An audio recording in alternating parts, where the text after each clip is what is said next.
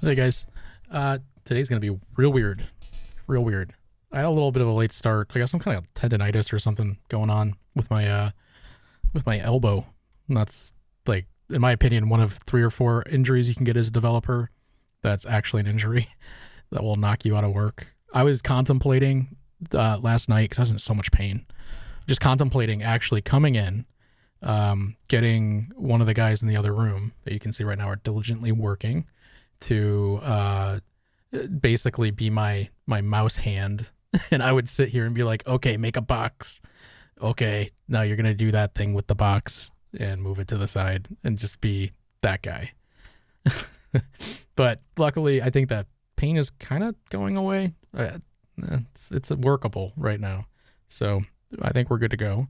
We're gonna today get into the designs for OmatumBucks.cache. And what we're going to do is try to do a really good and thorough like map of what needs to make it into the design.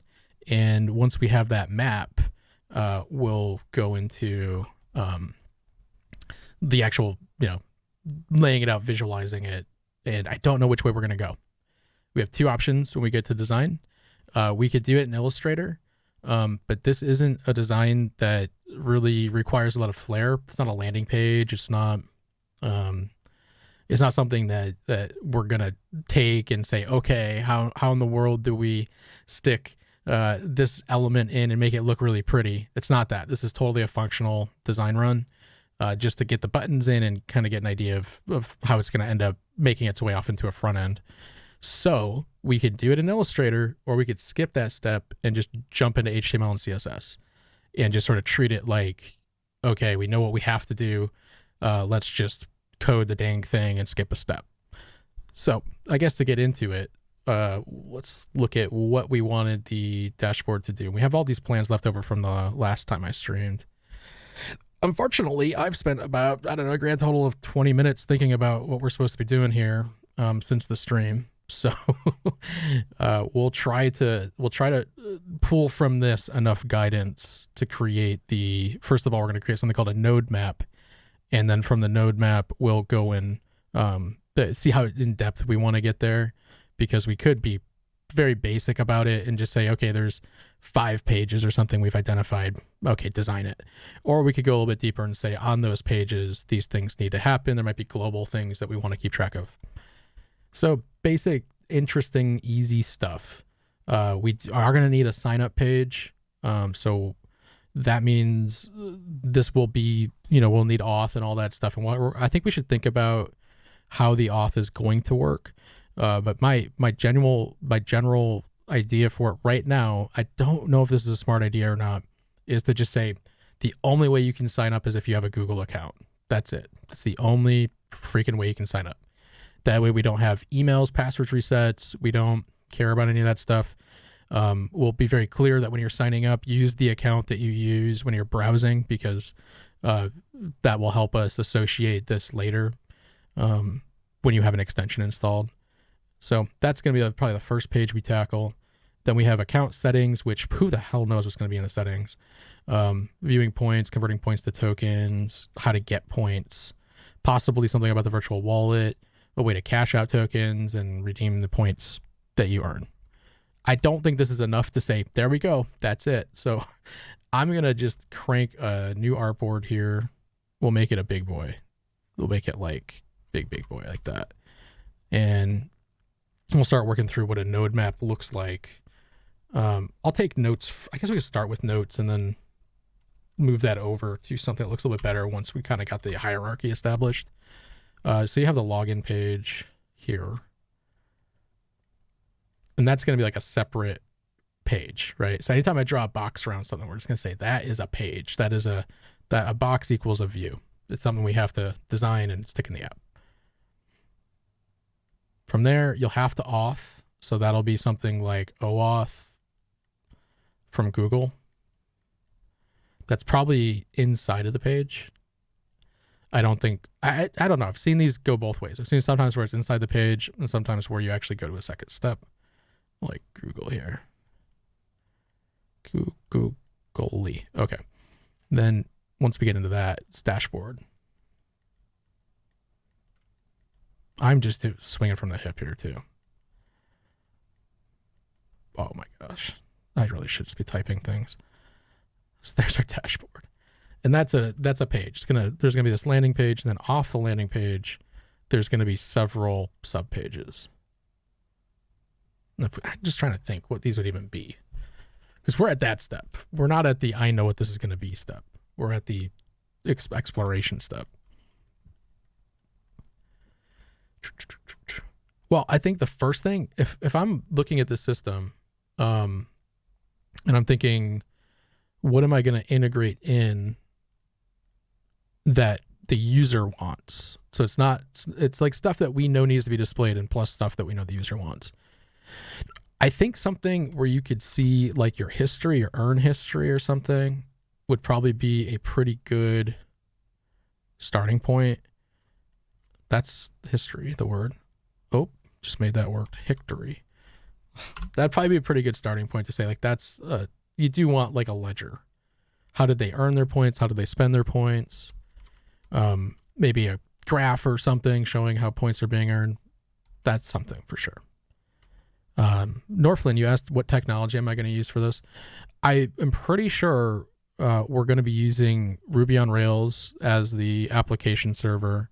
There's going to be a lot of pieces, but Ruby on Rails will be the primary web app server.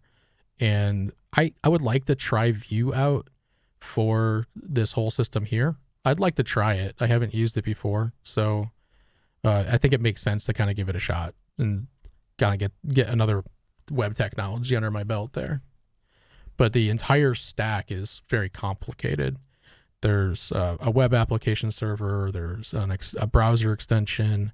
There's a Twitch bot, and then there's a Discord bot that we have to create all of those things.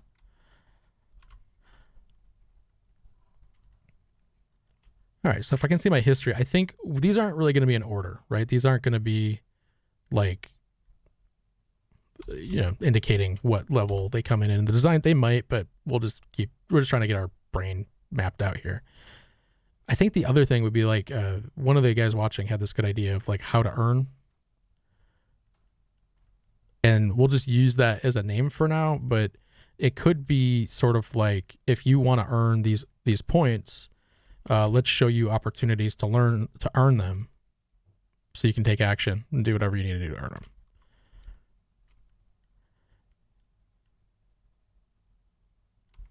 And then if you can earn stuff, you should be able to redeem it.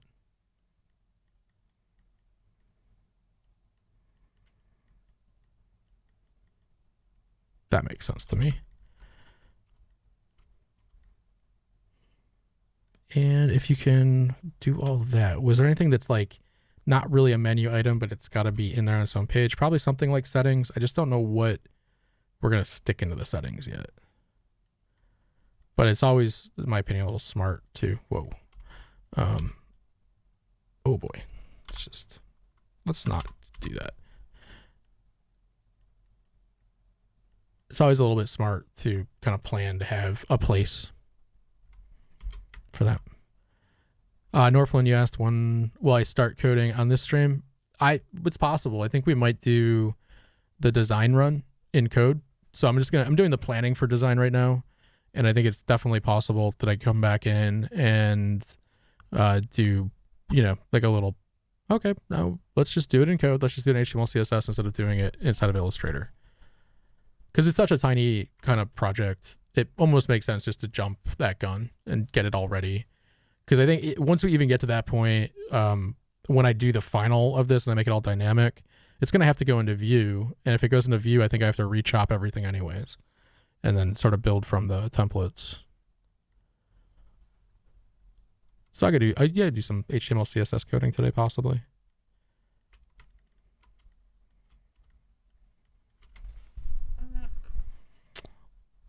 All right, let's see. So we have the viewpoints thing covered. Convert points to tokens. I mean, that could be a redeemable thing, right? Which we have covered. How to get points, we've got that. Virtual wallet, I don't think we're going to do that. We kind of put an X here to say no more virtual wallet. We'll figure out some other way to do that. Cash out tokens to your own wallet. That's going to be a pain in the ass, but possibly, I mean, we could have a redeem Yeah, I think if we have redeem, we should have redeem points. And then we should have like cash out. Because you're not really cashing out. What you're essentially doing is you're redeeming points for tokens. So maybe we just say redeem tokens.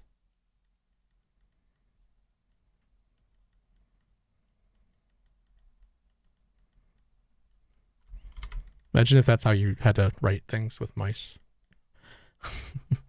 So how to earn, redeem points, redeem tokens, settings, history. I don't think there's much else we could do here. I'm going to draw some other stuff now that is more or less like items that I know we're going to have to put somewhere. We're going to need a, so in a circle, just for my purposes, when I do maps like this, circles become things that need to show up somewhere or maybe everywhere. They could be global. And one thing we do need to do is an extension check. So instead of having a page that says download the extension, what we'll do is scan their browser and say, is that there? Is that extension installed? If not, pop a, they used to call these flash messages, right? Pop a message somewhere on the screen that says, hey, you need to download the extension, probably right at the top, all in red. Until you do this, like you're not set up. Oh boy. The other one we're going to need is a, since we have their Google account authed in, so we'll have the Google account already. We'll need another one for an integrations check. So I need to be able to associate this to people. And the only way I can do that reliably, like knowing that it's you, is if you integrate and auth your Discord and you auth your Twitch. That's not how you spell that word. Discord and Twitch. There may be a simpler way to do this than OAuth, so we'll explore it when we're actually developing. But we would essentially say, okay, you're going to log in and you're going to say, connect my Discord account, connect my Twitch account. What that's going to let me do is it's going to let me have a bot that can see you in our Twitch chat and know that that's you and associate it to this account. And same thing with Discord. If you're on our Discord, we can give you points there. Or we can bank up points for somebody, or, like there's all these kind of things. Like, we'll probably on the bot end just bank the points up. And then once the integration is made, we'll make sure the points are applied. Oh boy, that's a lot of back-end code to do that, but we'll do it. Okay, so that should cover the user interface. Let me make this a little prettier. So I'm going to come here and say we have a login page, and let's use a better font than this. What are we going to use today? Let's do source code. Source code variable. Source sans. Let's use source sans. Make this a little bolder. This is the weirdest thing, these variable fonts. So weird. So freaking weird. I don't know if you can see that too well, but essentially the font has, Adobe has, I don't know if Adobe created this or what, but Adobe has a feature now where instead of choosing light or black or bold or anything, there's actually a slider, which is kind of how it works in CSS, right? You type in a font weight, and if you're using a decent font, you're going to be using these numbers, which indicate the thickness of the letter forms. But here you just have a dial. So that's kind of an interesting thing that we could probably see coming up on the web, is that if people actually take to this, you could dial a font's boldness or lightness in just by the numbers instead of using steps. Because it used to be steps. It used to be like, I want that one or that one. And there was no in-betweens. That's kind of neat. Let me name this little section here. We'll call it OmatumBucks dashboard node map.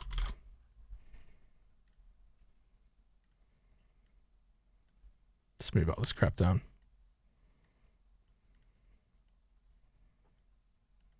Don't worry about that little guy. We'll get rid of him in a second. Oh, maybe not. Yep, there we go. Okay. Make this a little prettier. Boom.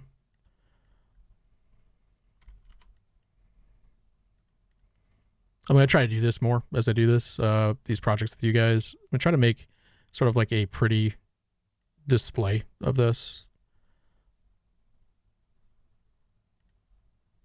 Just to see how easy it is to take something from like a concept to a presentable piece of, like a presentable artifact.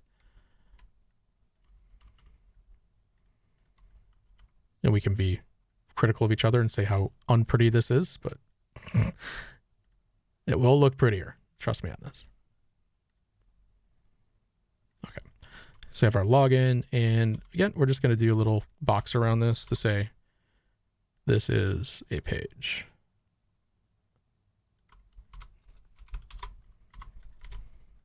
Make that look a little prettier too.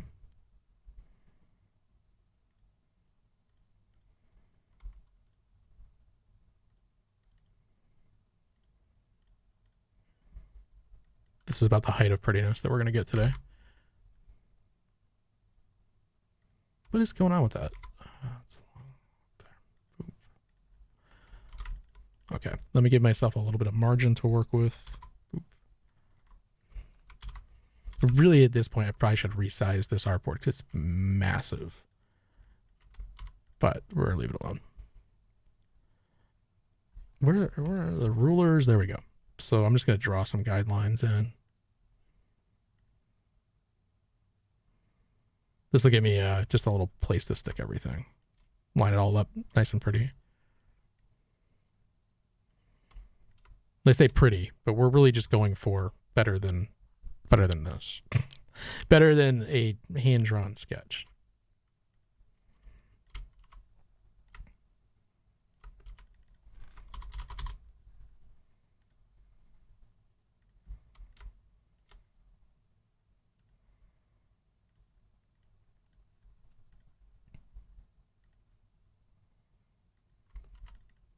Everything is in uppercase. Let's just do that one lower.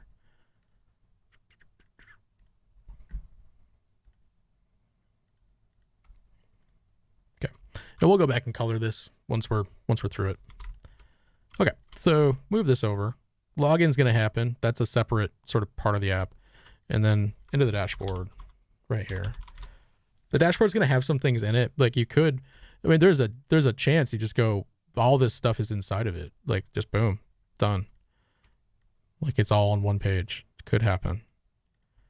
We're just going to keep losing pieces. So let's just keep kind of iterating this out. So this is about the right structure. What we're saying is that you can't access anything until you hit the dashboard. Dashboard, you're going to land on it. So we know there's going to be a history and how to earn and point redemption and token redemption.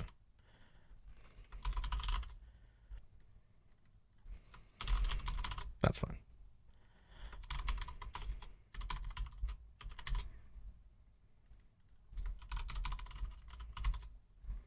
Okay.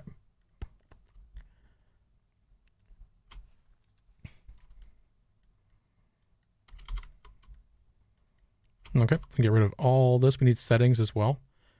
Stick this up here, disconnected. Things that are disconnected are globally available pages. You can make the case that these are all global pages because in a nav bar, right, all look the same. And then we need our extension check and our integration. So I put these underneath, but we're going to put these over here. And just to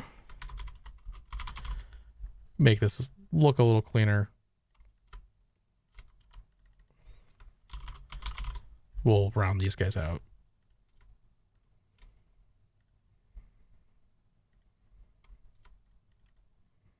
Oh, sure. Yeah, why would they all be linked together? Why can't you? Oh, jeez. Gonna be one of these days. Is it Illustrator? You'd think a little button right there, link corner radius. You think that would be a thing you could do, but no. Nope, not today. Usually works, not today. Okay, so we've got all our pages figured out here. This one, since it's global, I'm gonna do something to it to make it just a little bit different, just a dashed line around it. We have all this stuff now. We do have the OAuth stepping. Get that in 1 second. So now we're just going to do some stuff to connect these guys together.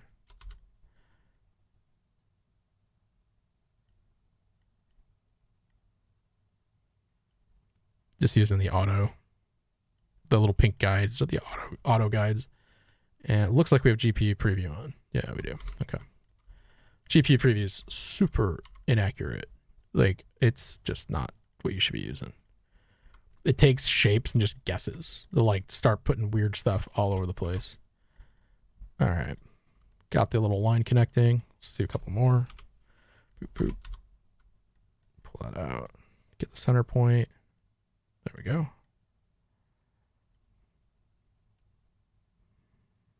There's a better program to do this in for sure. If you really want accuracy when you're doing stuff like this, there's a program Adobe makes called InDesign. And InDesign's whole job is the layout stuff. So it has all these tools built into it to do layouts. You can do like grids in there and make your whole life real freaking easy. But we're using Illustrator today, so we get to do it the Illustrator way. All right. Now we know there's some sort of auth that's going to take place here. So I'm going to draw a shunt line through this. There we go. There's my intersect. Boom. And then one of these. Put a little arrow at the one end. Where's my arrows at? Where are my arrow tools? There we go.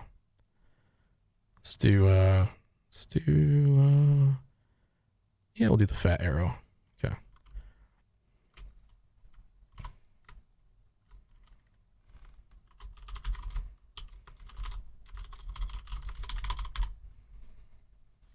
Just because we know that's going to happen, right? Somewhere in the pipe between logging in / signing up. And we should do that. Login. It's essentially going to be the same thing. We're not going to really have onboarding steps. We're just going to be like, hit the button, now you're in. Bingo, bango. Okay, let's make this, let's do that. It's a little bit smaller. It's just a note. Then let's give this a little bit of a background since it's in a box.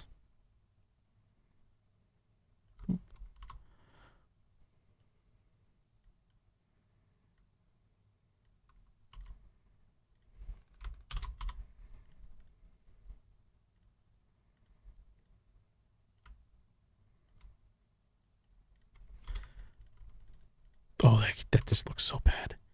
Why are you looking so bad, box? Okay, so I think that's it. That's their general kind of how this thing works. Let me just center this guy out. And let's make it, so let's take this and make it something we could show to somebody else and not feel completely embarrassed. How about that?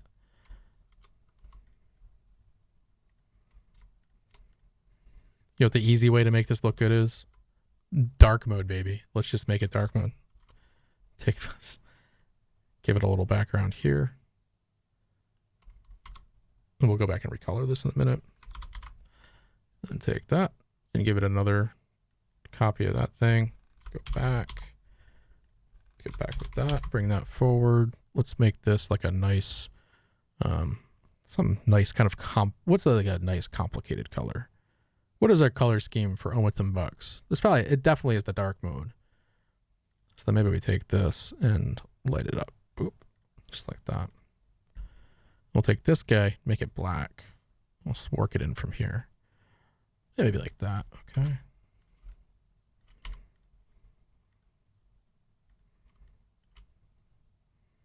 These buttons are never going to look good. These guys phoned it in on this stuff, but it's okay. Let's do a highlight color, maybe like a blue. Let's start with our primary HSB to kind of give us some values to control, bring it way down. Bring the brightness up. There we go. And now that we have those, we can get rid of the borders. That one does have a dotted border. We're going to get rid of it.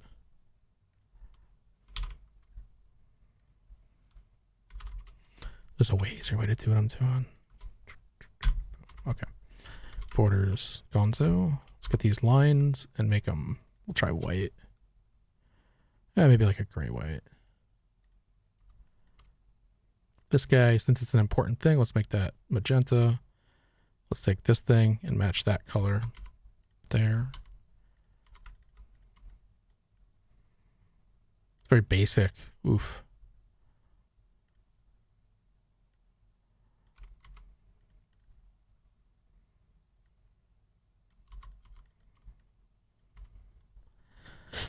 Well, Haxified, to me, this kind of matters. So if you think of from a content perspective, if we do this, and what the editor guy can do is he can use this as a capstone of the little piece of information we've been working on. So when we make our videos for YouTube, this does kind of become a factor. Granted, this looks like garbage. This does not look that good, but it looks better than a hand sketch, right?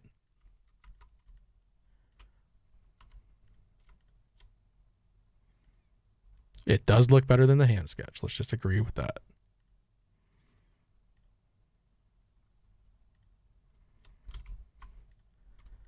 Okay. I don't really think I'm going to take it too far, though. So we'll get into it in a minute. Let's just make sure we have everything in here that I want in here. I'm going to change the color of this. Well, probably these guys are probably more important. Those are pops. These are definitely going to be, I can't for the life of me remember the name of it. Flashes, whatever that is. Like, it's basically just a flash message.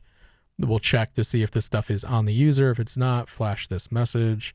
Message doesn't go away. Message also has action items, like for the integration check, we'll literally have a thing that says like connect your Discord, connect your Twitch. All right. Yeah, all right. What are we going to do, guys? What do you want to do? Do you want to design this thing straight up in inside of what do you call it, Illustrator, or should we just jump right in and just say boom, we're going to start right on the login sign up stuff, go from there, do HTML CSS the whole way, which I think is going to be quicker. I honestly think it'll be quicker to do HTML CSS than Illustrator. All right, so the chat has spoken. 2 votes for Illustrator. Do we have any votes for HTML CSS or any more votes for Illustrator? Nick says code it then tweak it. That'd be going right to Illustrator. 2-2. Northland wants code. Both.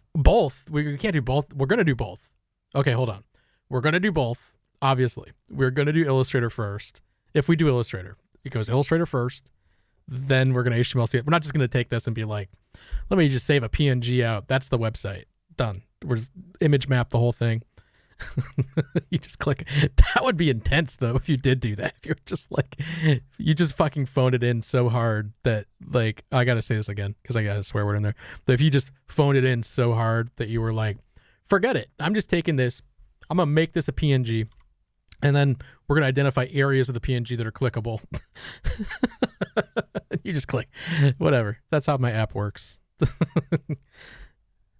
Cool. That brings back the old days, the old image maps, when your only option for a few years on the web was an image map. Do you remember this?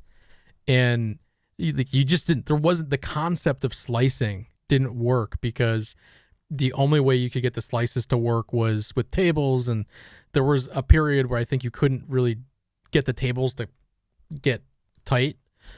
And then the slicing became everything. Everything was sliced at a certain point. You would basically make a picture of the website and then slice it out in Photoshop, it would be Fireworks. It wouldn't be Photoshop, it'd be Fireworks. And then you take that and be like, off to the internet with you. 1990.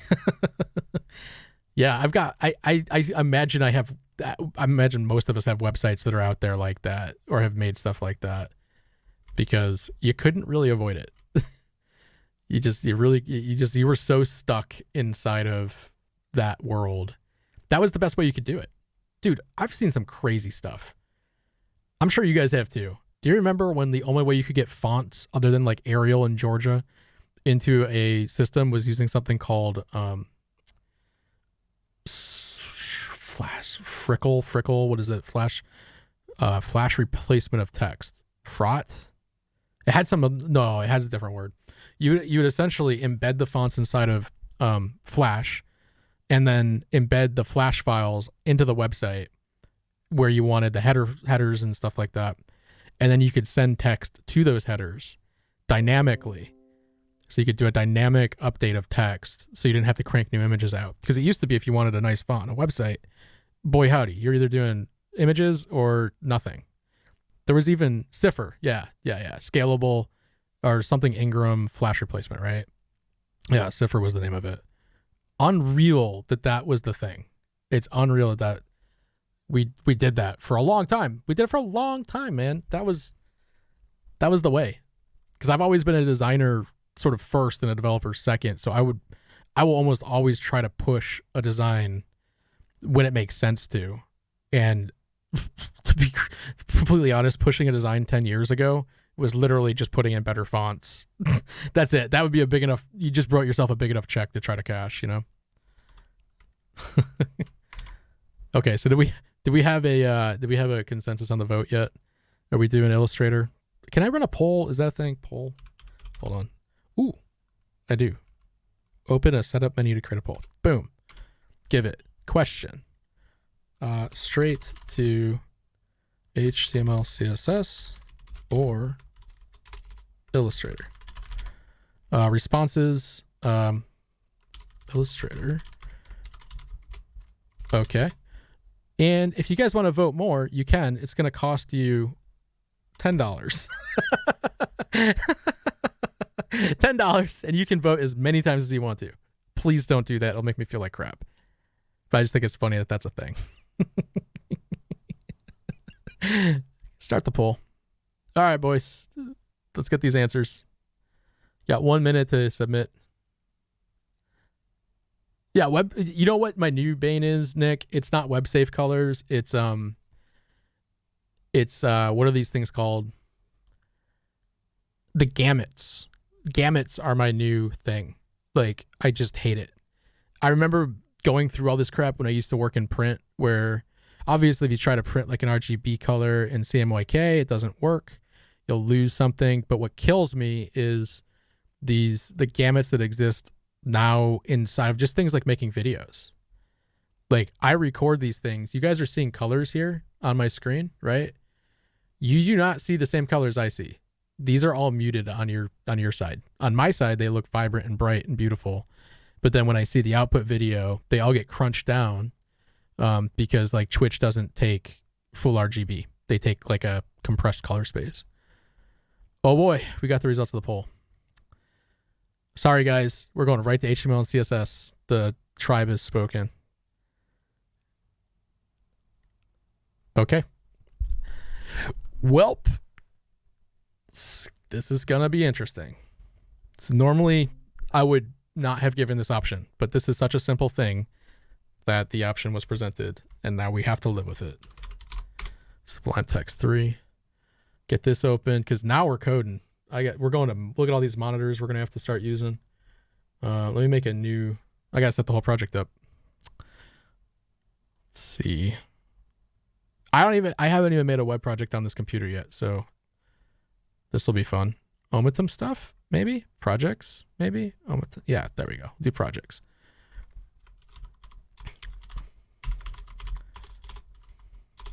Bucks. We'll call this prototype. Okay. And then we'll open that folder over here in Sublime.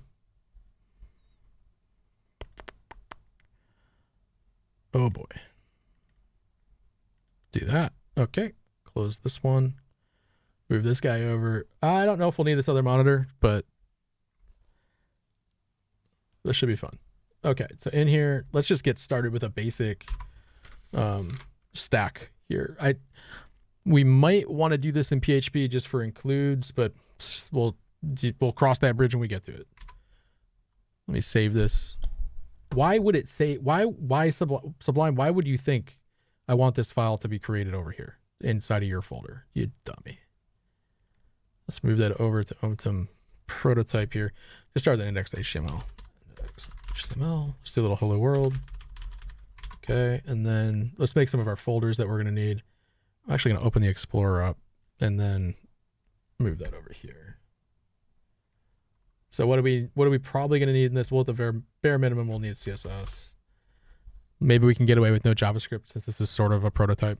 And instead of index, let's copy paste this a few times. Boop, boop, boop. We're going to have the login and the, oh, Jesus. We're going to have the dashboard. And we'll let these kind of be a thing for a little while.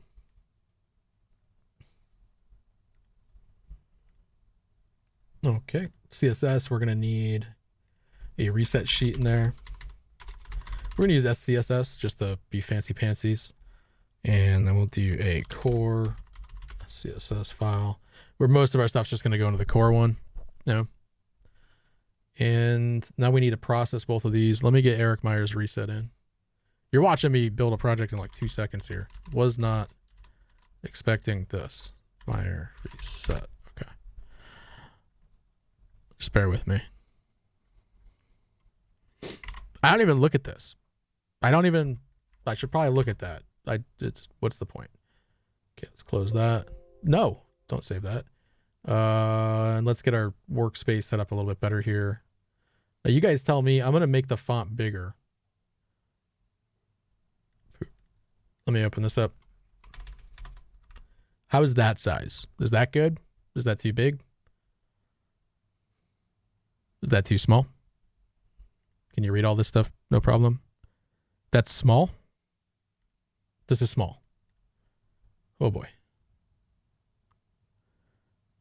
Okay, that's perfect sized. Okay.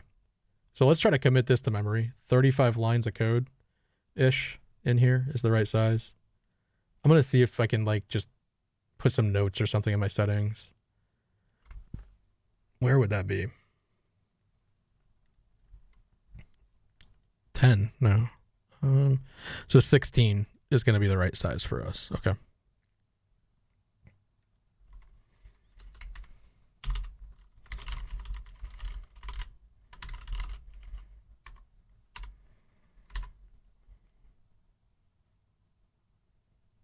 The portrait monitor is messing you up. Well, that's how it goes. Sorry, man. If I bring everything onto this one monitor, I'm starting to do real-time coding. They're not going to be pretty. It'll be very hard. So let's get pre-pros going. So that's going to let us do this all in real time. Add the project. Yes, not the ones we want.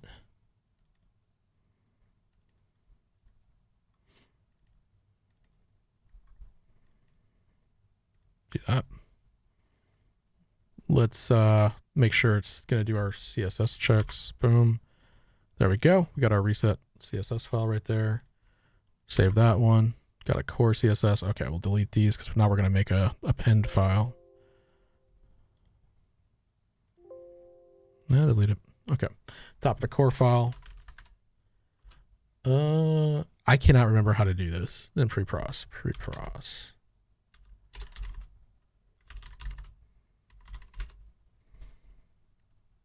I think it's just that import, but I would like to make sure. Okay, cool. Import. Dunzo. Boom. And that should create a single file called core with that in it. Okay, good. Now we need to get real time looking at this stuff. So let's open this up. We're going to open up a real-time preview in Google Chrome. Okay. And let me just make that background color red.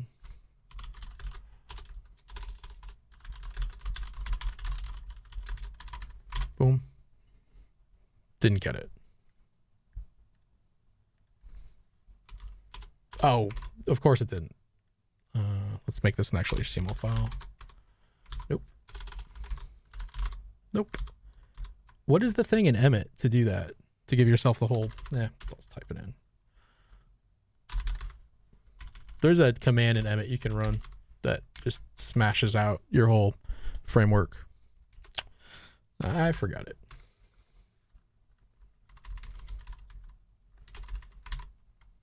There we go. You saw that just go red. Let's just double check it. I'm going to move our skist file down here. Blue. Cool. All right. Let's do a little, let's just do that real quick so we don't run into any weird shit there. So HTML, just do a quick body declaration too. And let's get this closed. We don't need that. All right. So now we got to figure out what's going to go into this. It's an auth page, right? So the auth page is a little bit easier. So we'll probably have a div auth block like that. Inside of the auth block, it's going to have the OAuth embed, and that'll be there. And then we'll do something above that that's going to say like message. And we'll figure out what that message is going to say. We can ipsum it for now. The OAuth embed, can I pull that from somewhere?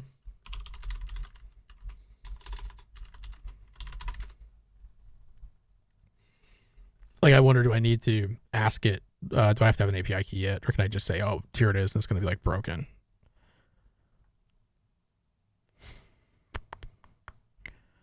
Or do you not do this? Do you just straight, does Google maybe not provide that? Let me do that. Google. There we go. Sign in branding guidelines. Boom. There we go. So there's our two files. Let's get them both. Who knows which one we want? These files are going to require Roboto. Okay. We also need to pick a font for this thing, so that'll be fun. Don't use dark or light versions of the. Don't do this. Google, come on. Who's gonna do that? Who's just gonna write the word Google? You can't even write the word Google. You're so stuck on this stuff. Incorrect button design. Sure. All right. Well, we got the files. Show that. Looks like we're gonna need an image folder too. Really, does it need to be this many freaking things? 1x, 2x, and vector. Great. What are the vectors? SVGs? Okay, good.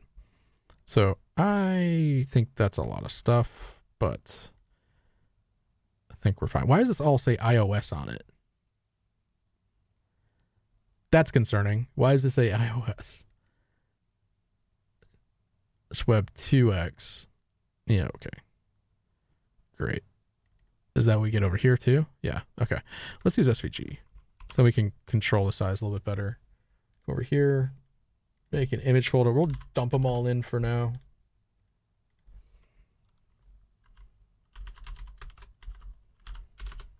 Boom.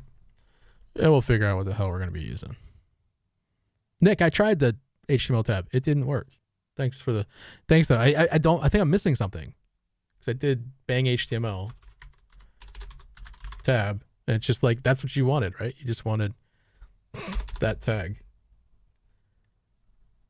All right, so for the auth embed, let's do a like that, and that way we can try out some of these focus and pressed and all that stuff, and we'll do it all with CSS. Is it just that? Oh, Fox. That's some OmatumBucks. Thanks, man. Just put all this stuff up here. That's what it is. It's no HTML. That's what always gets me.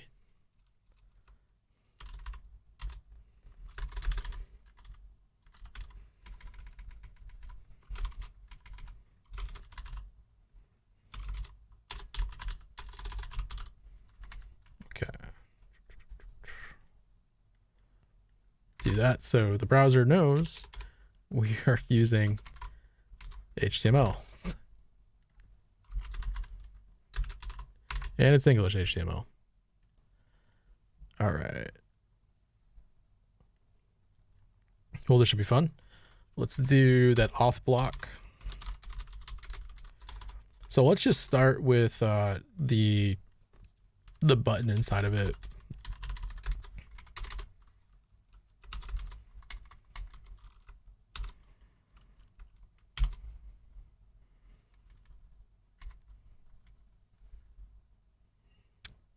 there's a difference between include and import in SCSS. And with pre-pros, you have to pick the right one, or else you'll get a weird thing. And I can't remember the weird thing, you know? So, well, there's the one of the two is the right one. I feel like it's import. That's why I looked up pre-pros. I feel like it's import. That if you try to use include, it does something. I can't remember the weirdness. It's like it'll try to relativize things or something like that. I don't know. I can't remember exactly. Maybe it was this kind of stuff. Like, don't do that. I don't know. Slayer, check out our YouTube. And we have the other episode. We're all caught up on YouTube for edit, so maybe take you 20, 30 minutes to watch it. Don't do it now and hang out now, but all right. Sorry, I'm bouncing around a lot. Sorry, whoever's got to edit this later. Off button. All right. Boop, boop, boop, boop. Let's make this. Let's give it like a nominal height and width. We'll see what the SVG's natural want is. It's gonna have some size. Oh, why? Yeah, sure. Just open it in that. Oh, just don't even. Why? No, Google. Okay, so what's interesting is they only gave us the button over here. And unless I'm mistaken, I'm not seeing anything behind it. What? That's all they're giving us is this. What? Google? Really? Google? So they want us to write this all in? That's fine with me, but that's a little weird. Because it says these are the ones we'd be getting, right?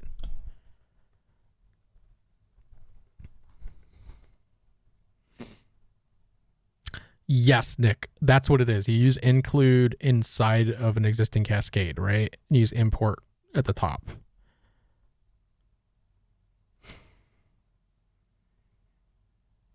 I'm just so freaking, what in the world? Let's just open up that zip file again.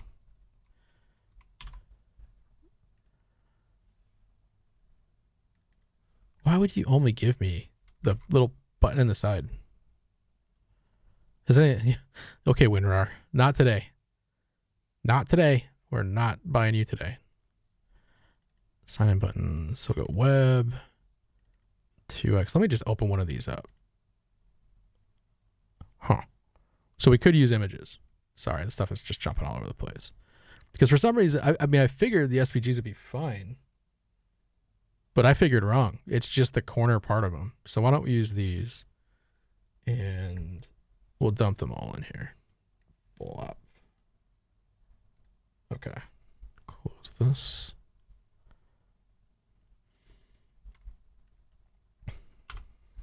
No, don't do that. What am I doing? Okay. Get this back up here. And now let's see what we can do. So the OAuth button. Now, the reason I'm kind of messing around with this like this in CSS is because I need to swap those images out and I don't want to use JavaScript. So I'm going to set background images. I just need to get the dimensions. The dimensions here are 382 by 92. So we'll just say that button has those dimensions. We'll make sure, double make sure it's a block, and then set some width and height to it.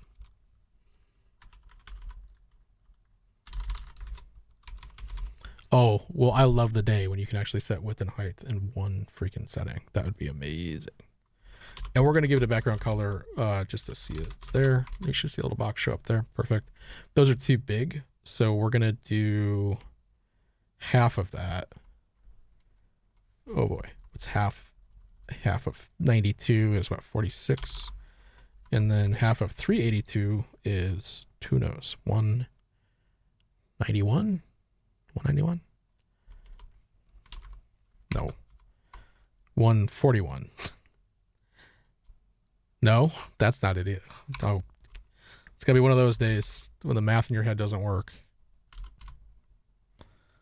Oh, thanks, Trev. Yeah, I think you're, yeah, why don't we just take his word for it? 191.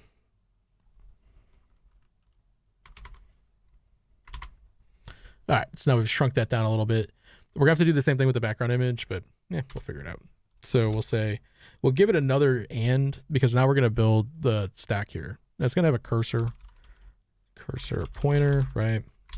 And I'm going to go ahead and get this auth block to center up in the page really quick. So we'll just say width, 100, we'll say 400 pixels or something. We're going to stick this right in the center. So what do we need to do here? Well, let's put one more thing. We'll call it a wrap or something. Do a little flex wrap here. Slap a little flex wrap on it. It'll be fine. And let's put this up here. Flex wrap. This will be a 100% wide, 100% tall dealy boy with display flex. That's going to let us center this thing out. Line items, center, justify content, center. Come on, center. Do it. Boom. Got it.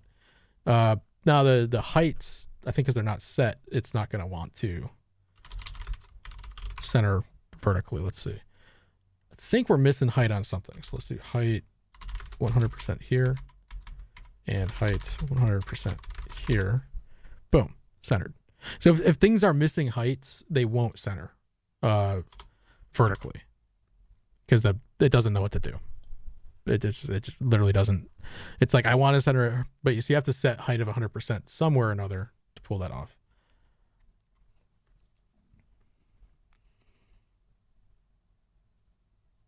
Or just use JavaScript like a dum-dum. Background image. So I need to look up background image really quick in MDN because I can't remember if you have to specify everything here.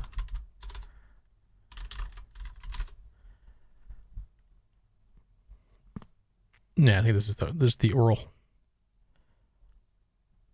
But we don't specify the cover or anything like that here. It doesn't look like.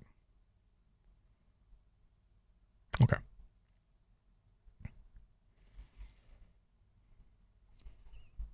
So let's link it over. URL. This will be fun. So it's in the CSS folder right now. So back it up, go to the image folder, then go to the Google Auth folder, and then let's do button Google sign in. Let's try dark first. Let's see how those look. Dark, normal. Save that. Boom. Bob's your uncle. Okay. So you can see that it's pushing some padding here around this that shouldn't be there, but we'll figure out why it's there. There's a chance that that image itself padded. It's a definite chance. So we're going to need to do something here to tell the background to scale, which I don't remember what the hell that thing is. Background size. It's one of these. We'll try cover.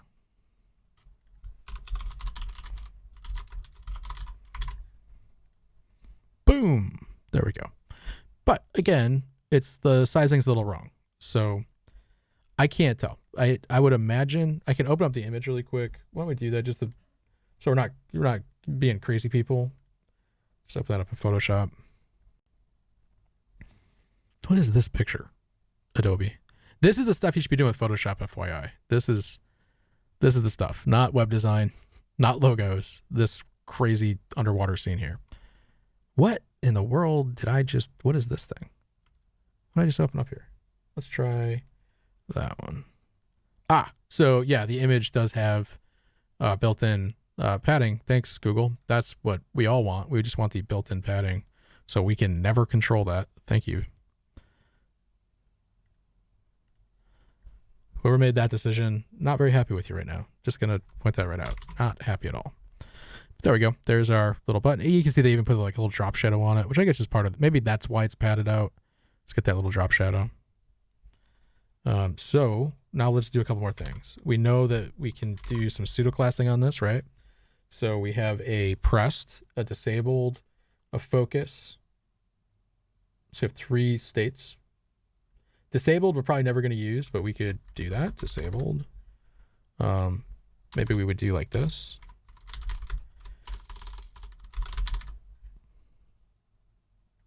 Just to have it there. But the rest of the stack we'll just build right down and hover. Is it going to have a hover? I bet hover is probably focus.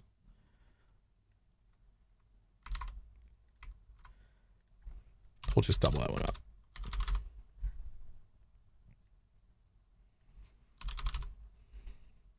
And then we'll do one for the pressed state. Isn't focus press? Let's see.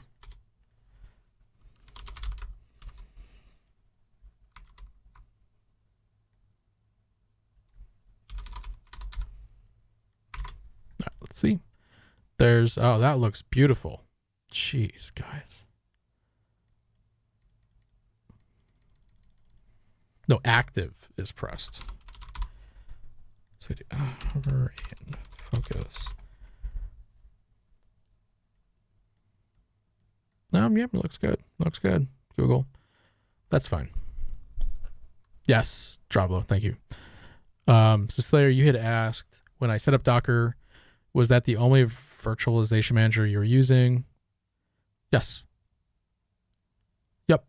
That's all. It was a blank install. So that's what we ended up using. I mean, that Docker video, it's long, but you can that's a from scratch. Like, we didn't even have it installed when we started. You might want to just, if you have the time, watch it. I'm not sure if it's going to help you though. It's kind of just me banging my head on Docker for 4 or 5 hours straight and be like, oh, the next day I figure it out, you know? But we got a lot of stuff working with it. We did like a little complicated thing with it. It's kind of cool. Yeah, I'm not too sure on this little hover state. This guy. I guess we'll leave it, but I'm cool with that. That's pretty good. Little CSS button. I don't know if I like the dark ones. Let's try the light ones really quick.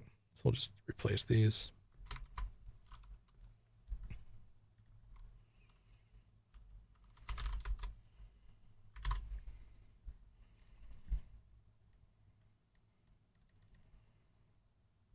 Yeah, hover's just weird.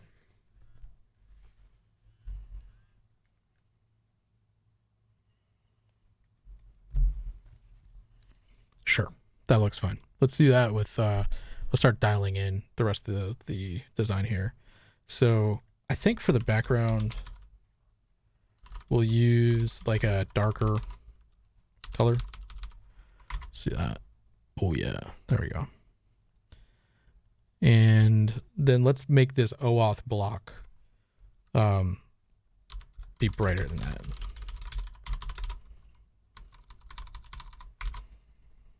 There we go, just a little bit brighter. Let's get everything to line up inside of this thing. Nope, it's gonna be flex boxes all the way down, boys. All the way down. Display flex that, and then line items center, justify content center. Well, bam. Okay, let's get our little googly there. Let's make this a little prettier. We'll do border radius of 5 pixels. Let's do border color, or border. Let's do 1 pixel and then make it a little bit darker. Boom. Okay, got a little design. Got a little design going now. Now we're cooking. Do we need this width? Because let's just let it get the width from what's inside of it. That'll make our efforts later a little bit easier. And let's give it some padding instead. So we'll give it a pad of 40, what's that, 40/20. Yeah, let's reverse that because I don't ever get that order right. Okay, got a little nice little pad around it now. Oh yeah, baby. So that's looking good. That's like, boom, got to get in. We're going to need a message to say like, hey, to sign up, do this. We should probably work in some space for a logo above this too. The auth block, we might want to move this down Or we might want to create another way to wrap it. That way we can separate out this background color a little bit and give ourselves a little more space to work in the design. So let me think this out. So if we have the auth block, that's getting us that gray. Yeah, let's do a this thing. Let's do div center block. We'll smash this inside. We'll move some of these things off the auth block and up. Do that. Save that. And then here we'll do center block. Let's just move this all up.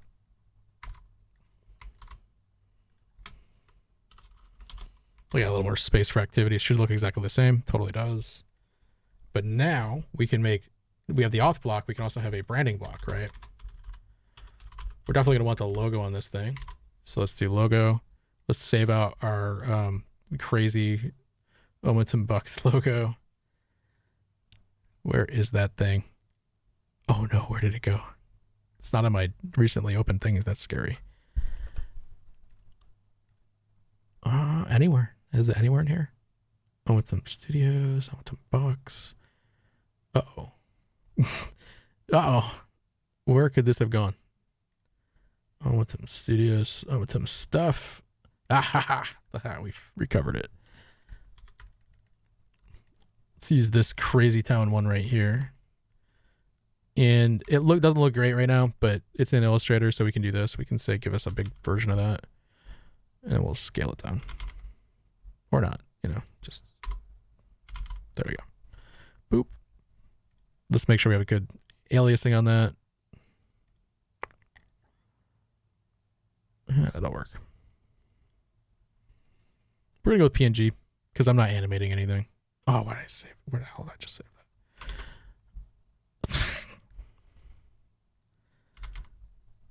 that? Did you, Yuki? I thought I hit it so well.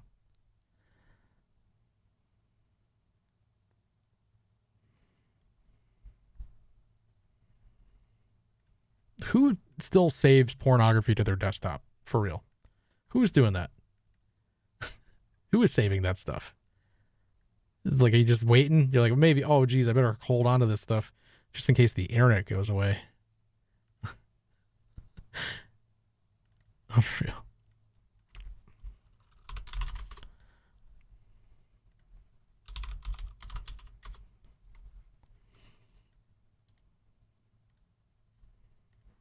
Just gotta keep my workstation cleaned up. Gotta keep closing stuff as we don't need it. All right, let's get that logo in and then fix it from there. Just gonna bring it as an image.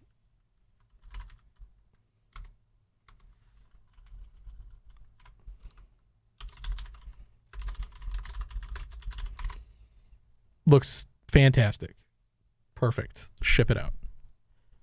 So what we'll need to do here is, let's see. We have no width specified. So these guys don't know if they should go up and down. So let's tell them they need to go up and down. So we'll say flex direction. Was it column? Boom. So they stack up on top of each other. Let's go into the logo block. I don't think we need to set anything in the logo block. Just the image size would be great. Let's do a height of, let's try 256. Boop. Kind of scales right down there. Let's do a little bit smaller than that. Yeah, sure. Okay. But I don't want it to have this background, right? Let me move that background to the other guy.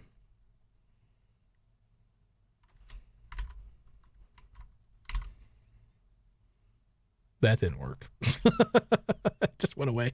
It's just like, I don't have any, sorry, I don't contribute to this at all. I think we're going to take the padding off that. It's crazy as this sounds. We'll put the padding on this. There we go. Now got our stacked boxes. This thing there, the border radius and the border and all this crap is going to go down there because we're going to just rebuild these elements as we need them. Looks good. That's how I like that to see. Just went right back to normal. Oh, I moved the flex direction. Boom. Okay. Boom, boom. Stacked up. I guess we could see, let's, these little rounded guys here, let's straighten them out and let's put this above it. Like, make it look as they sort of connected.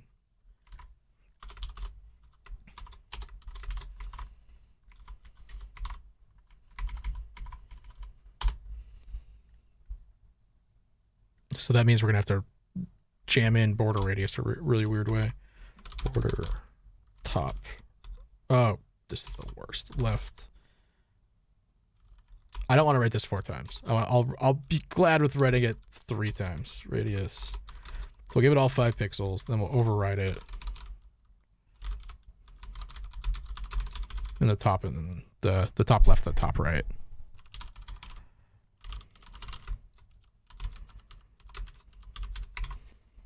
Boop. And it just sort of connects in. And now let's give the local block a little background color to kind of see what it's doing right now. Color. That's exactly what we wanted. Thank you. Well, I think we were trying to get away with doing something a certain way. I don't think we're gonna be able to do that. So we're just gonna set a strict width of 400 pixels on that. And then we'll width these things into the containers. That way we get this stuff. Oh boy. With 100% somehow went larger. Well, we'll figure it out. Let's get rid of this. Get rid of the padding. Save that. Give that the width. Okay, well, at least they're on the same width. And then display flex these guys so we get that stuff centered.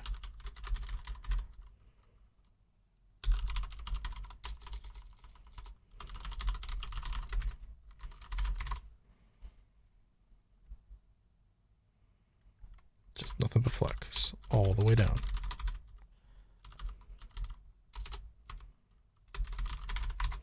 Boom. Okay. So we need some padding on both those. Give them some space. There's some vertical. Do I not like grid? I hate grid. Not a big fan. I mean, it's got its uses for stuff like this. I think Flexbox is, for me, a lot funner to work in.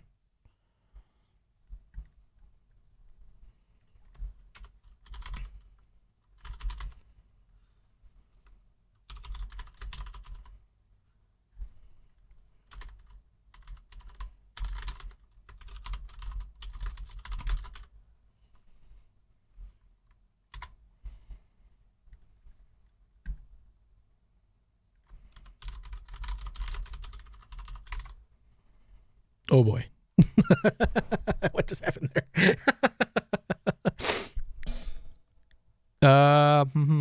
Yes. Yes. Let's just go ahead and specify the width on this guy. It's trying to stretch.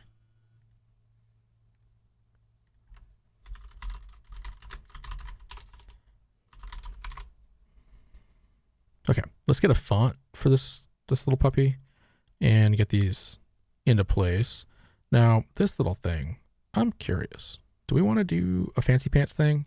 Just have it go up to the top of the page, or just leave it here? Doesn't really matter. I guess we can figure that out. Let's get a font first.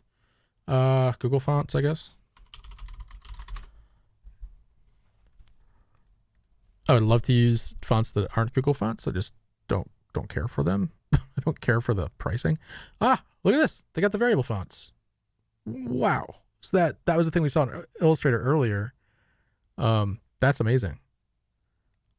I don't think I want to use any, but that's cool. That technology got picked up.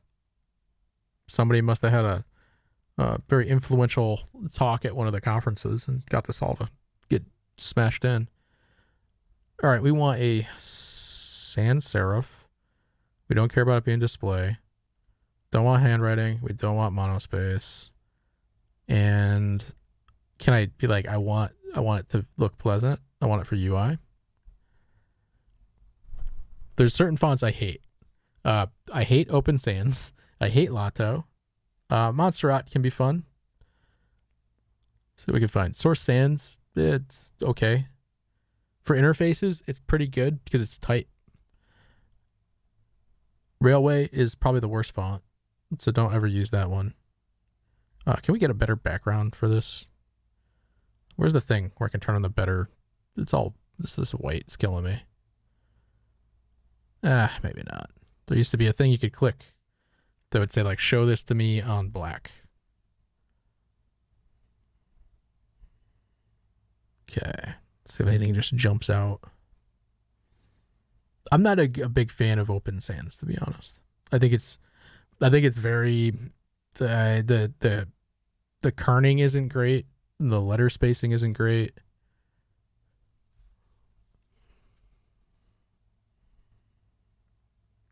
So when I'm looking for an interface font, I don't really want Open Sans. I want something that can get tiny if it needs to get tiny, but it's easy to read. Like, see, like this would make a horrible interface font right here. It's got these weird characters, and probably when it gets smaller, it's going to look even worse. Probably should just set this down to like 14 pixels and go from there.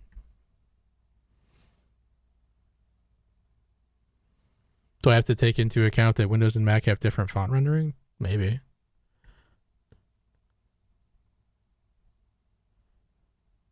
Yeah, I mean, there's also something to be said, like Retina displays render fonts differently too.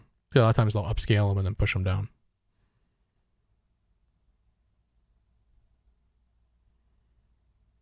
Is this the button?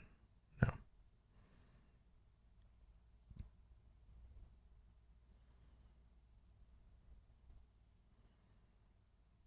Well, I completely agree. If you're doing e-commerce, like this design right here, this is grid all day, right?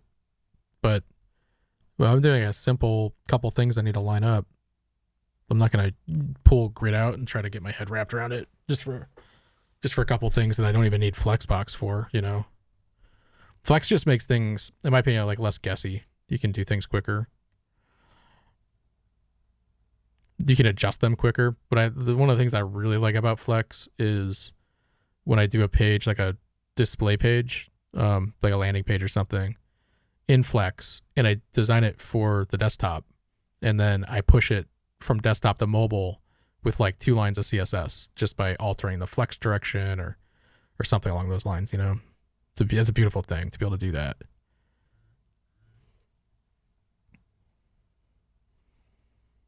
That's really pretty. Who mentioned Enter? That is really pretty. I'm going to try that. First of all, the guy that did it, his name is Rasmus. Rasmus, you might have won me over. It is a variable font, so we get to use that fun thing. It's got a great breadth of different weights that you can use. But again, it's a variable font, so we can go anywhere we want with this. Although I'm not going to do that. I mean, I'm so in this mindset of doing the numbers like this. It's kind of weird, right? Like I've been working with fonts for forever, and just typing these numbers in just feels better to me than guessing a number, you know. But that's so cool I can do that. What do I think of the IBM font? I really like the IBM font. I think they didn't do the best job presenting it when it first came out, and I'm sure maybe they've updated that. I don't know, but I think it's great. I think it's a really pretty font. I particularly like the monospaced, the serif font, because to me it reads, it has IBM's personality. Like it has that business professional kind of personality. See that? Wait a second. Black Knight. So I can only, hold on a second. How does that work? Oh, it's a variable font, but you have to select all the style. I'm confused. It's a variable font, but you need to select the styles. Huh? What? Does this make sense to people? Like, what if I want like 8? You gotta be kidding me. This is how it works? This is how it works? What? This is horrible. This is not what we wanted, Google. We did not want a thing where we could go in and say, I want weight of 300. Oh, 300 is not good. Let me make that 327. And then hit select that style, and it plugs this in. That's not what we wanted. Nobody wants this. I'll just take my big fat font package. Thank you very much. Let's see the embed. Let's just, we can add import it. I don't trust that. I don't trust that at all. So we're going to do the link and capoplaplasta. Capoplaplasta it. There you go. Plasta it in. Save that. Oh, what does and display swap mean? Oh boy. I wonder if I had said I wanted to embed this with this thing. Boom. Is it going to embed 320? Oh, it totally does. That's so stupid. This couldn't be any stupider. Guys, I take it all back. You let me down. You know what we should do is we should let's just see. I need to see this real quick. I really need to see this. Let me open up a Ruby terminal.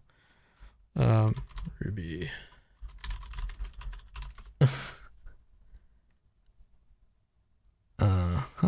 Let's do.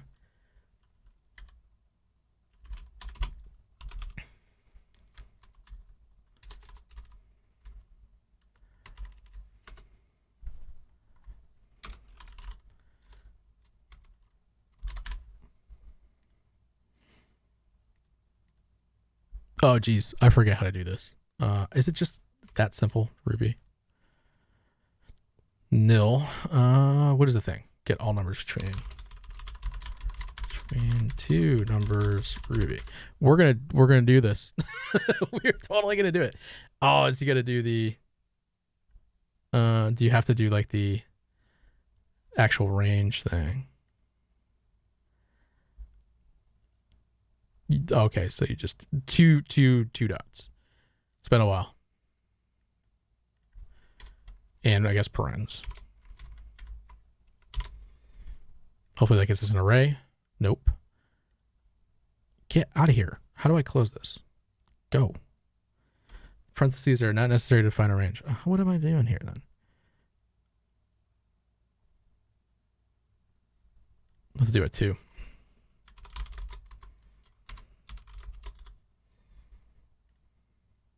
Boom. Okay, that's all our numbers. That's all the possible weights that we could ask Google for. I'm just curious if Google's going to give it to us. Are they just going to be like, yeah, sure. You want a 48 megabyte font file? That's your business.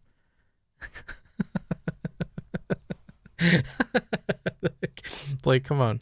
Now let's take that ft2s. Let's just make sure that gets a string out. And then we're just going to need to make sure that that gets delimited the right way.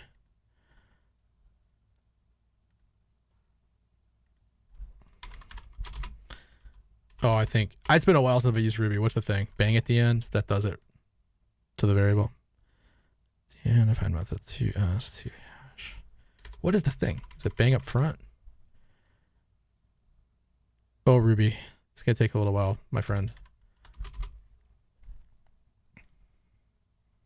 Just want to make sure we get a string back. Ruby concat array.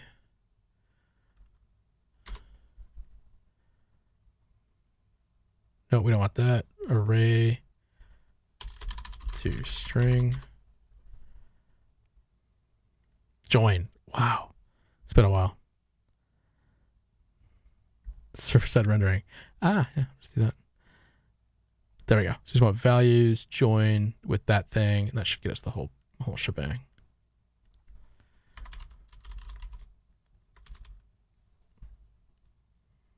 All right, we got our list. Copy that. And let's just see if this works. Let me do a second one of this. The dumbest thing I'm gonna be doing today. I promise. I take that promise back. We could do dumber. These 9 font weights are far too limiting. I would like all of the font weights, please. You promised me a variable font. I would like it all. Save that. Oh, here she goes. Totally fine with it. Didn't even care. Is that for real? Did it just go out and grab? Oh, wow. Off she goes. 11,221 requests later. Whoa. Let me do a hard reload on that thing. Let's do an empty cache and hard reload. Let's do the whole thing. So only 2.2 megabytes of resource. Is that right? We got them all. We got every single one of them. I mean, it's a little slow. 573 milliseconds. It's a little slow, but you know, once it's cached, right? Once it's cached, it'll be quick. There you go. Just do it one time. That's still pretty slow for a cached call, but you know, it's because there was 11,000 requests in the first go or something. So How stupid is that? But can we now use this as intended? Can we just slap font family? Well, what was this? Enter on this and off we go to the races. Yep. And let's do a font size of like 80 pixels. Perfect. And let's make the color white. And now we're going to see if we do have access to all those font weights, because that'd be amazing. Font weight. Well, let's just start off at 100 because that's good. But I don't like 100, so I want 105. Oh, geez, I think they're all there. Can I just do this? Can I just scroll it down? Oh, it doesn't want you to. So we start at 899. Oh, it's doing it. Look at that. Yeah. You see, it's going to, I have to start underneath it because the browser wants to step you between solid numbers. Between like multiples of 100. Look at that go. Well, it can be done. We can do it. This is not the way you should do it, but it can be done.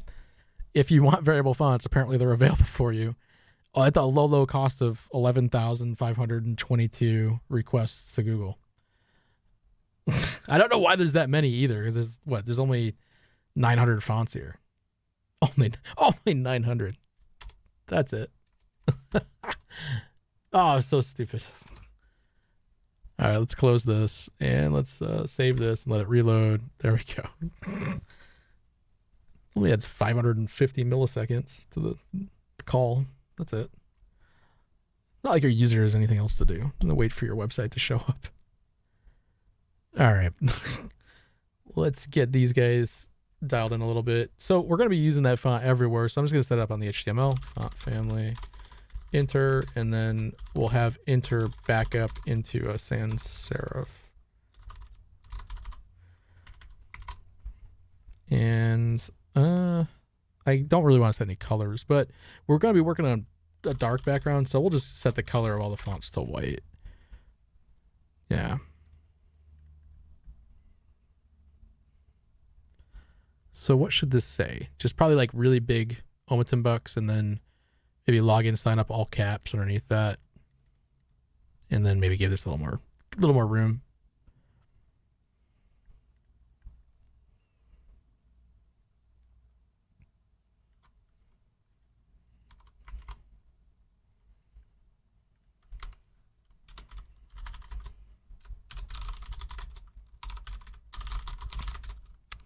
That nice big fat boy. Font weight 900. That didn't even come in. That didn't even give me the 900.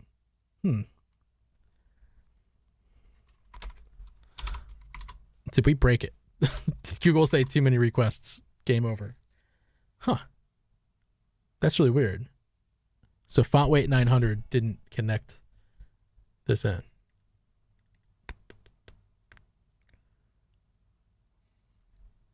Let me see. I don't believe this would have changed. Let me see if maybe the syntax for this changed.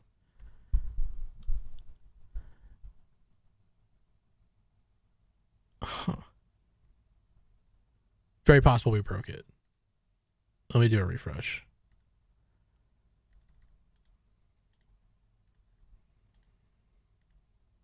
Not good. Okay. There we go. So looks like whatever's in the cache was overloaded.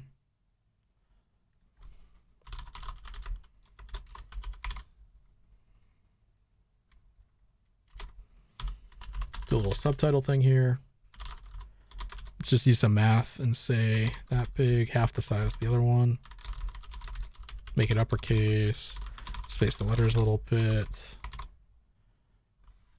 Ooh, that does not look great. Let's make it a little bit smaller. Let's go to 14. 18. Sure. Okay, a little more spacing.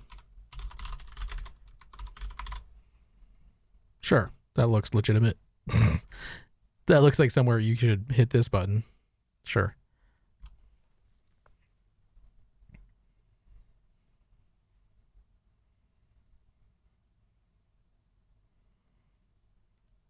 I'm now realizing right now why I usually go through and do a design run in Illustrator, because my brain, this is like using two different parts of my brain. You know what I mean? And I think that's why I do Illustrator first. So just in the future, we're never going to skip that step again. It's just two different parts. Like I'm using the part of my brain right now that does math, you know, and it doesn't care about what the design looks like. It's just like get things on page. Nick's like, I'm not going to click it. Yeah, why would you? How can we make this? Let's think about softening it up a little bit. What could we do to soften it up? Or make it look a little less, whatever it looks like. Scammy? Is that the right word? I wouldn't even say it's scammy. It's just that there's nothing telling you why you should do this. Trying to think. I use stuff that has a screen like this. Let's just, I know I use Gusto, which is how we do our payroll through. Oh boy, that looks legitimate. Sure. Yeah, do that. Let's just hit their sign in page. Oh man, it looks so much more legitimate. Look at this thing. This just, I would click this button all day. Sure, take it. Maybe there's something to this. Let me just stare at that for a second. Then look at ours, and then back at this, and then at this, and then back to theirs, and then our scary one, and then this awesome one. Okay, I got an idea. We're gonna need we're gonna need to build out sort of this layering a little bit. So let's do, I have a cool image that I made that we can stick in the background. Now it's not perfect, but it's an image, it's in perspective and all that stuff. We'll try to see if this is maybe a better approach. Go a little bit wider and then give the logo a little bit more room to breathe. Maybe we'll do the logo here and say OmatumBucks next to it. I don't think we're gonna do stuff like remember this device, because once we're doing OAuth with Google, that'll help. I need some friendly looking people in the background. We could use that, but this is definitely the loyalty program for, you know, for us. So let me find that image and we'll go from there. It's in here. I think it's this background thing we made for this. It's pretty sweet. It's a linked file. So do I have that? Where is that linked file from? Oh, let me see. Proxy background PNG. Go. Whoa, what is the? Nope. Where is that from? But like something like that might look pretty cool, just like in the background. But I don't know.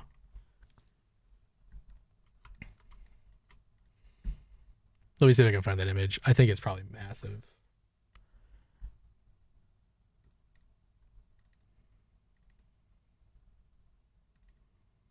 Nope.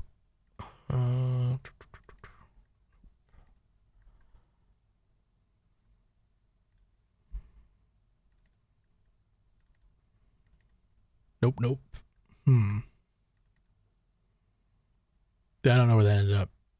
I may have made a proxy and just said that's it.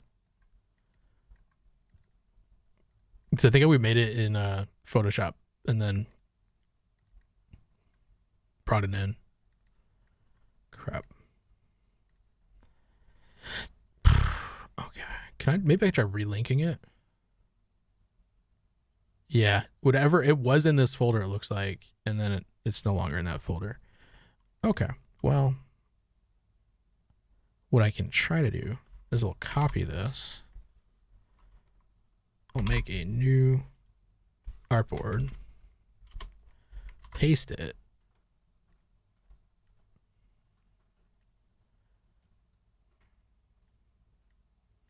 That is some funky, like, what's going on with this thing?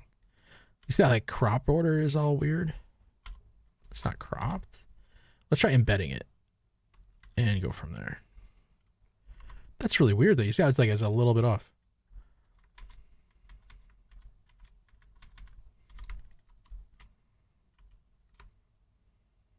Use the tiny head people. We make fun of it and then that's what we use. There's something wrong about that, Nick. Yeah, it's not gonna work. No, let's see. Adobe stock. Sure. Why not? Why not use the... That's not what I wanted. I didn't want to see how much money you made today, Adobe. But good for you. Tiny head illustration. Big body. Oh, this is dangerous. Dangerous clicks. Oh, that's like a genderless torso. let's just shave that part off. Tiny head illustration. I mean, what is the search term that we need to get into? Oh, there it is. Look at this guy. No, we are venturing into this is never going to work territory. Either we have an illustration that we can use or we don't. And I think that one that we made right there probably works. I just have to get the Photoshop file for it. Because I think what I did is I brought it into Illustrator and I moved it around and stuff like that. But I think I have a flat version here. Yeah, right here. Perfect. Like that right there, that could work. Just this image right here. We already paid for that stock, so let's do it. Just make a 1920 here, and we'll just scale it into place.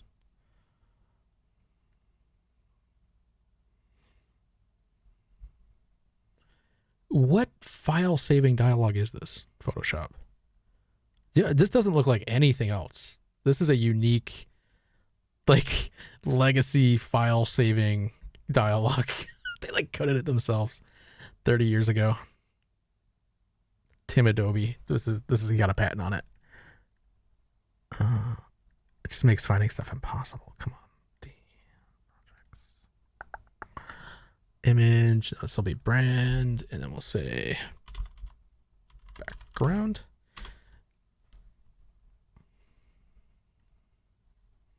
What is I'll look at Undraw, but we have a lot, Leo. We have a lot of stock credits. I'm kind of scared now. I'm gonna undo that because kind of stuck there for a second. I'm just waiting for like the porn to load in. I gotta remember not to type in links. People get me in trouble for that. Sure, and then let's bring this in here, and then we'll see what we can do with it. So let's try it first as an image.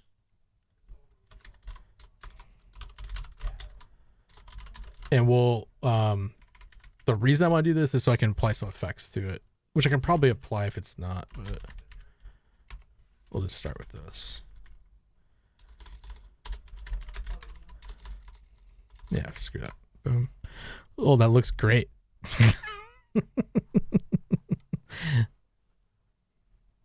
Perfect. Ooh, Bitcoin. That's what Bitcoin looks like, guys. Just a bunch of ones and zeros. Don't translate that because God knows what it says. So let's do the splash background. First and foremost, let's do a position absolute on that, and then a top of 0, a left of 0. Boom. Nope. Width of 100%, height of 100%. Come on. What am I missing? Splash background. Huh. Well, interesting. Z-index it down. Z-index the flex rep up.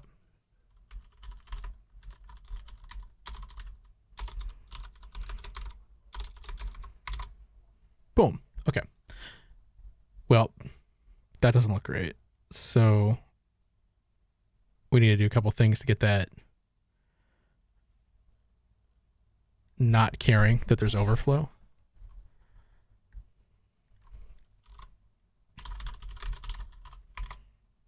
There we go. And let's do some image filters.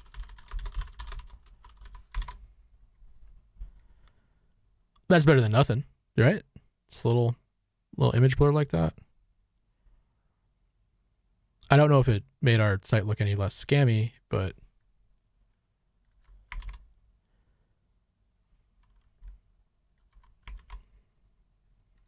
like that's an upgrade.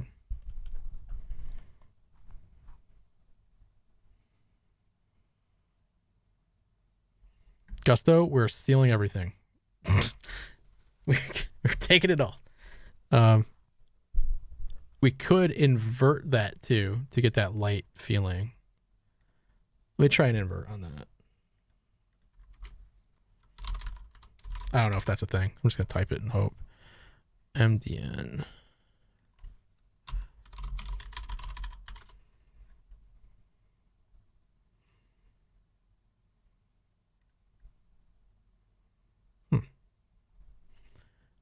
Oh, it's a percentage.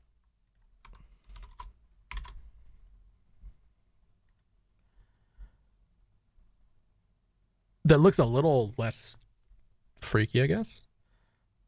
What is it? Is it just the dark mode? Just makes things look shady.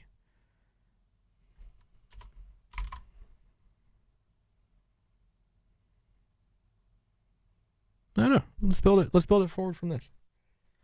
So let's take the background now and try to do the same thing with this. We'll say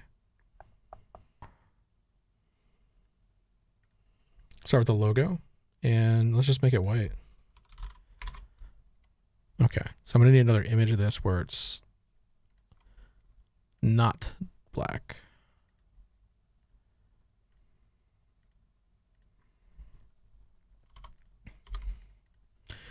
Oh boy, this should be exciting. Take this. Oh, I hope it's so easy. I hope I just hit this button, hit delete, and bingo freaking bango. It's close. I've got some stuff flattened out here. Oh, dang it. Those are colors that are flattened out.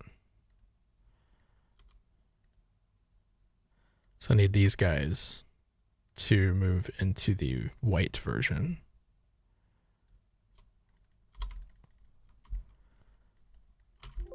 Whoa boy. Which are these colors right here? See, are those the ones? Or are those transparent? Those are the ones. Cool. All right. Oh, they're right over here. Okay.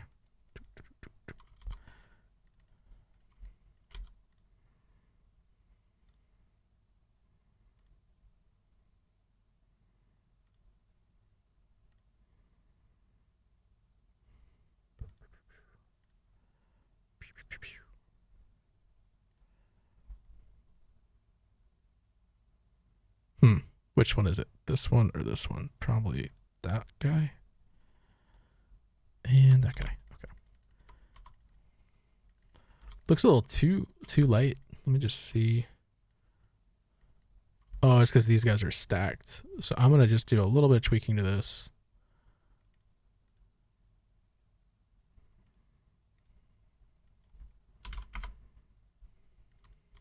Yeah, let's do that. Oh, it looks awesome. And then we'll save this guy out. I'm going to give this a little more, just a little tiny bit more, like 1 pixel around each thing. Just so it doesn't clip the aliasing when it resizes it. Maybe change. We'll leave those. Okay, save. Same thing. We're just going to go probably 3 times the size or 4 times the size. Yeah. It'll look better on a solid color.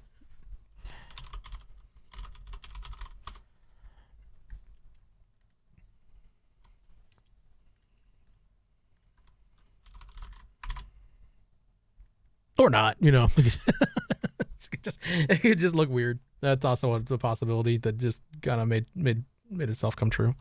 Make this a little smaller. Maybe as it's smaller. Yeah, smaller is better for this one. We wanted to say OmatumBucks that cache to the left of it. So really we're going to stick this inside of like this. And whoop, like this, sorry. And we'll make sure that this is spanned up. Boopity boopity boop. And let's just make sure the other one's spanned up too.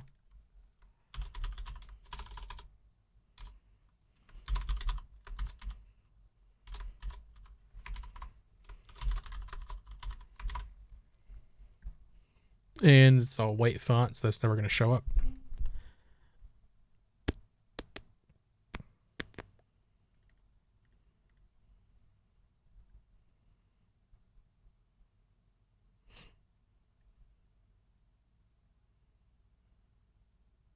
I think we set the font color way up here. That was smart.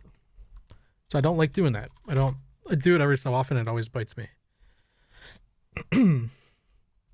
Okay, so this span here and this span here, they're not lined up. So what we're going to do is we're going to do just a little FlexiBox magic on that. And let them just sort of align items to the center. There's actually a new Flexbox thing that it's not in yet. It's not in, but it's going to be in pretty soon, which is gap. So we're going to have to do this a stupid way, but there is now going to be the way to say, yeah, just give me a gap.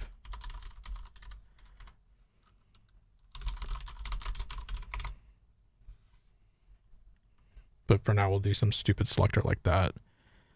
And let's get that title working a little bit better.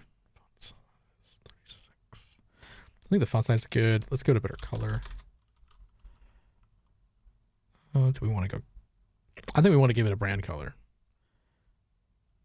Let's give it that brand red. I've got a color file. I need to find it. Let me go do that right now. The color CSS. Would it be in the Omatum Studio? Maybe. Yeah, maybe. That's great to see. Thanks, GitHub. I don't think there's anything sensitive there, but why would they just be like, oh, you're logging in? Just here's the stuff you need to set up. And then not this time. Perfect. Thanks, GitHub.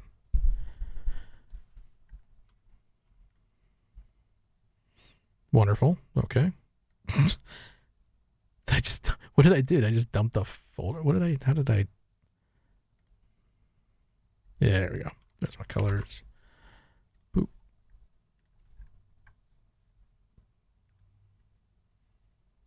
We will be rewriting a lot of this stuff. We're just prototyping right now. Failed expression. Uh-oh.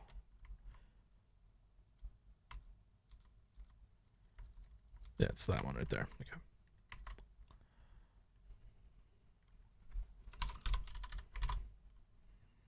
Boom. It's got a little bit of the red madness there. Let's bring the font weight down, say 700. That's not good. Let's say 800. Tighten the letter spacing up.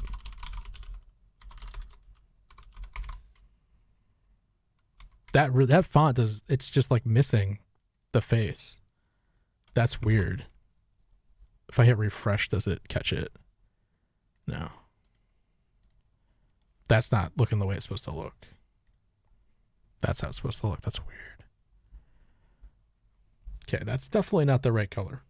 So try a couple more. There we go. Let's use that hot pink. Perfect.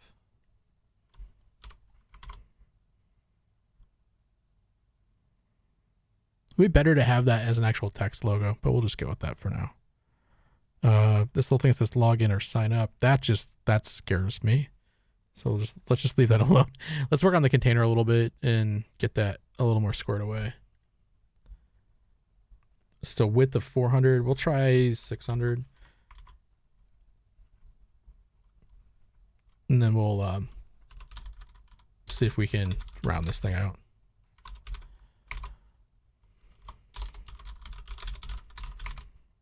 There we go. And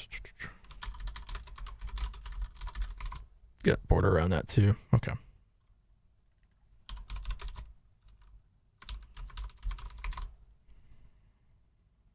Cool. Can we make that? What if we made that a thick boy?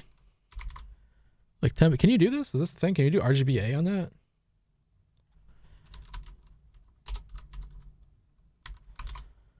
Oh boy, you can. Look at that.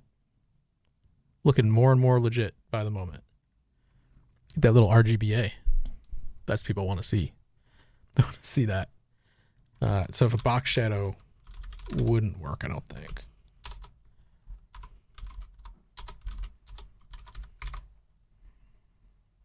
It comes out from outside of that border. That's super funky. But it's not the worst thing I've ever seen.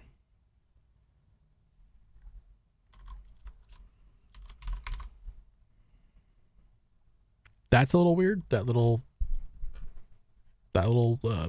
border, but can fix that.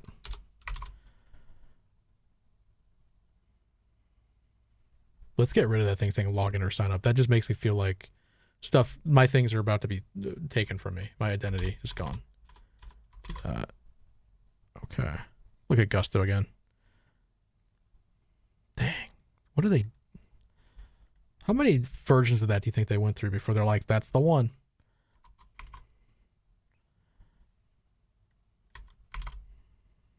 That's a little weird. That border, the way it's drawing on the inside. It's kind of weird.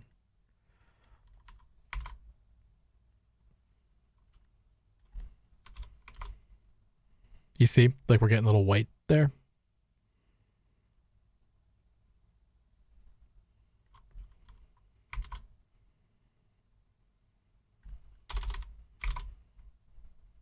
Okay. So we have border radius on one of these other things. Let's get rid of that.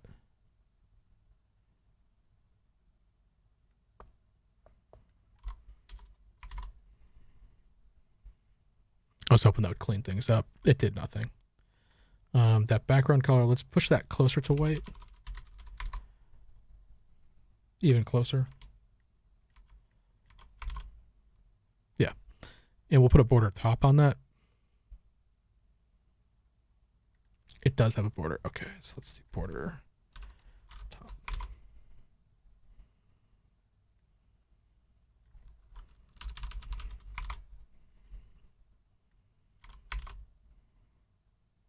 I'm not even seeing it. Should be right there.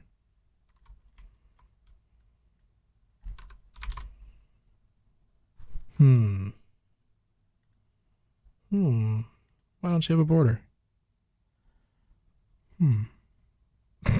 This is a question. Why does this not have a border?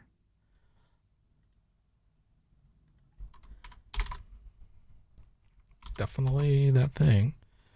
Border top. We didn't knock the border off of it, did we? No. Oh, it's missing up. It's missing that. Boop. Okay. Border top.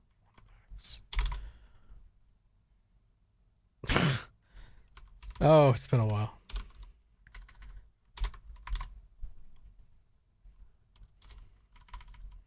I don't want a lot here. I just want a little bit of line of separation. So really I could probably just go to 200. Because we'll give ourselves some room.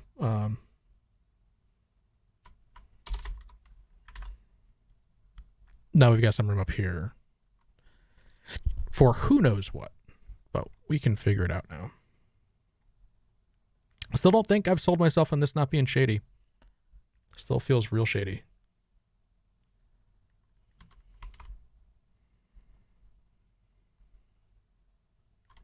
I really like this effect. Whatever this is. Whatever this thing is. This weird, like, doubly thing.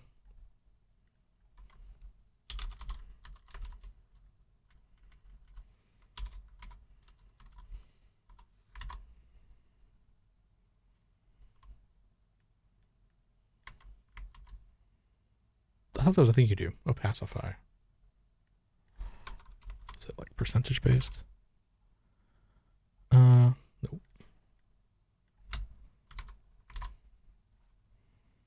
That's not doing it.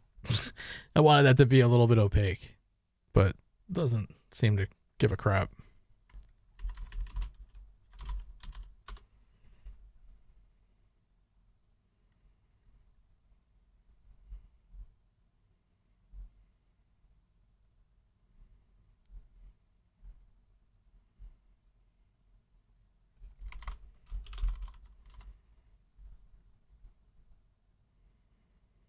Oh, does it have to be an RGBA?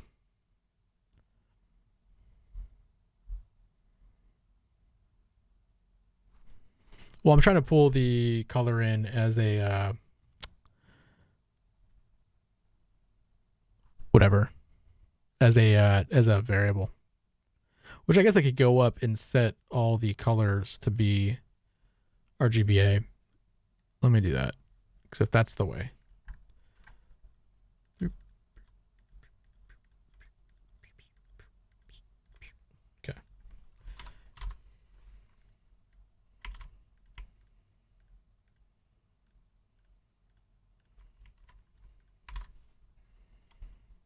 Nope, don't think I cared.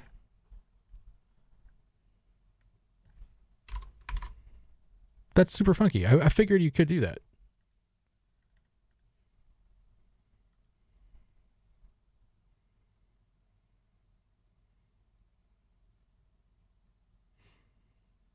Oh man, I just lost it. Lost my my space there. SCSS pacify font. It's not even a font. Is it transparentize? Did we? Or do I need? I might need compass. I thought it was in there though. So I mean, maybe let me just double check and make sure that this is all. I think it's transparentize. I'm used to that in my head. Just using opacity as like a general word. Didn't do anything though. Let's see if it has to have a leading 0. Because why not? Yeah, that did it. Doesn't need that leading 0. Nope. Okay.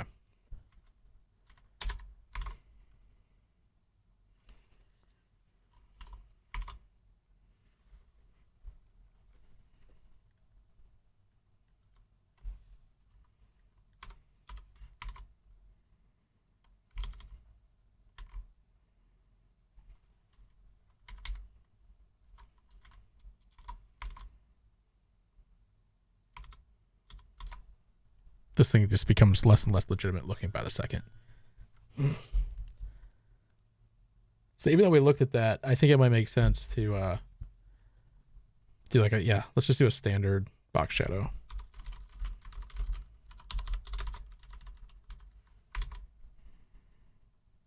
Let's get rid of this thick boy border. So less. There we go. Just like, let's just see if we can get it into that gusto range.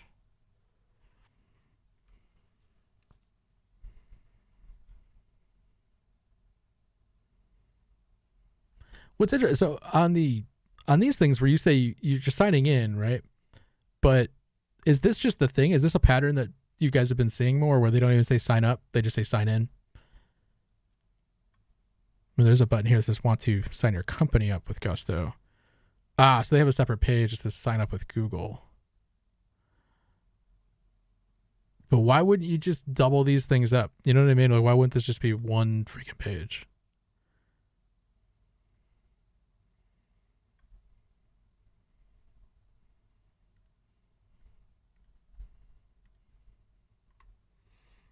Very, very questionable. This is like why you would do that like that.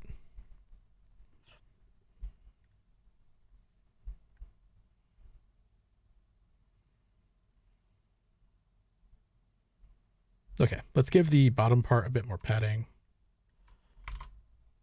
Yeah, like that. We really need something written up here. So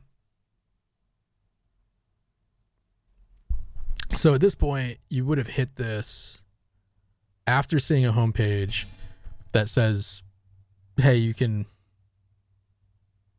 join this.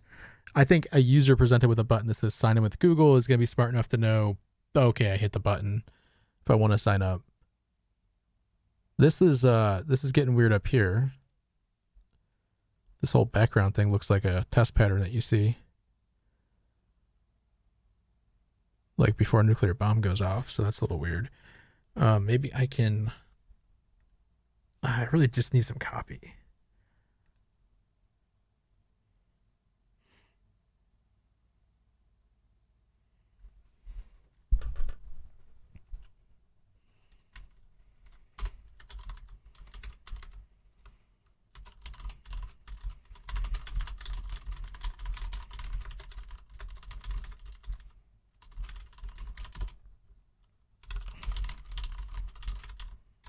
No, I was gonna say for watching content you love. No, that's going too far. For being a part of the Omatum community.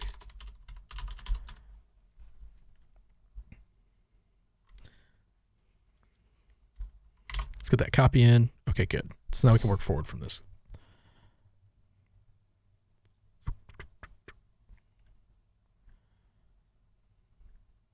We had to start with the hardest one. We had to start with the one that needed the most finesse, didn't we? We could have just jumped right in to an interface. All right, so let's get the font size a little bit better. Try go big, yeah, and then let's give us a margin top. People hate when I do this. My thing though, I just margin top everything. It's not a wedding invitation, so I don't want to do any centering, but we're gonna put some padding on it. We don't really have a padding rule established.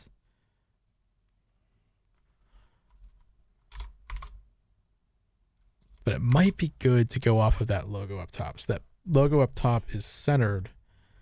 So we don't really know. We don't have a good pad for that. We could do is center this. I just don't want to do that. I want to center this too. Just push that in.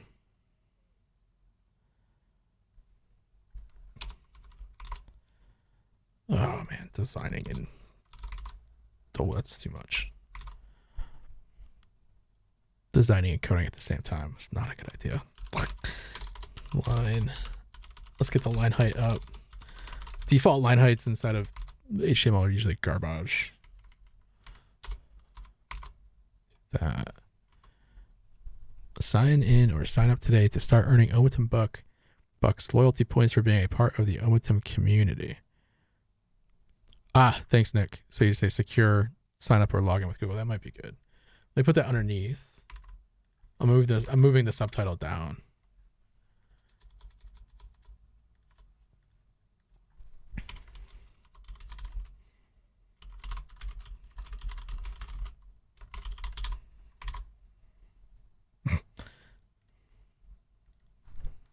Perfect.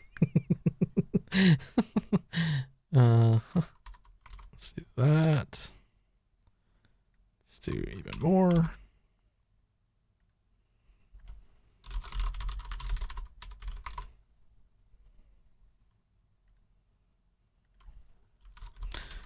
Maybe italics for that. Sure. Why would we have italics? The text style. What am I missing? Maybe Inter maybe doesn't have italics. I don't think I recall seeing italics in there. So no italics for us. Bunch of idiots can't use italics. Let's see the copy. Let's bring this down a little bit. I've been doing this more and more. I've noticed where I just do RGBA to set colors. I'm kind of intermixing it in this project a little bit. I don't know if this is a good idea. I feel like it's cheap rather than just learning the RGB codes. But maybe RGB codes are like gonzo. Make that smaller. Nope, too small. Or is it not small enough?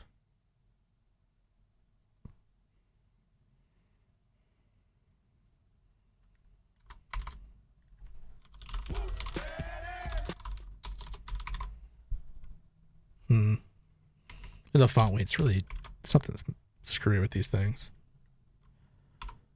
We may have broke the font weights earlier with our let's see what Google does thing. Okay. That's looking a little bit more legitimate. I kind of want to hang this over, so let me do that. So we're going to take the justified content thing and just turn that off. Boop. Okay, that did nothing. So perfect. Align items, center, turn that off. There we go. So now we're just going to push these in instead of doing the thing we were doing, which was using flex to get that pulled off.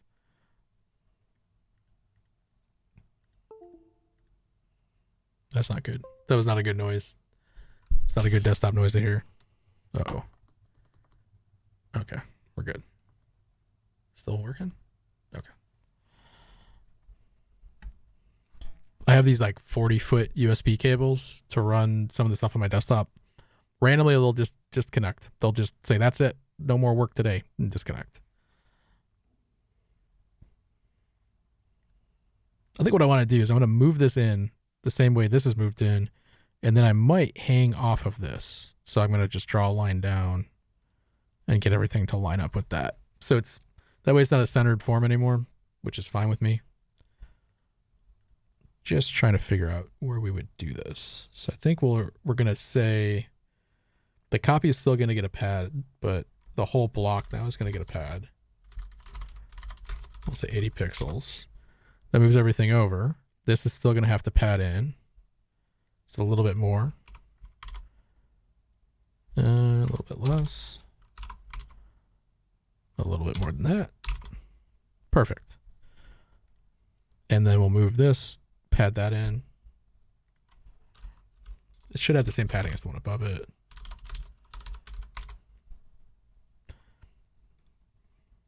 And then we could probably pull the letter spacing back a little bit because we're trying to do something with that to break that up. Let's go 1 pixel. Yeah. Okay, and the same thing down here.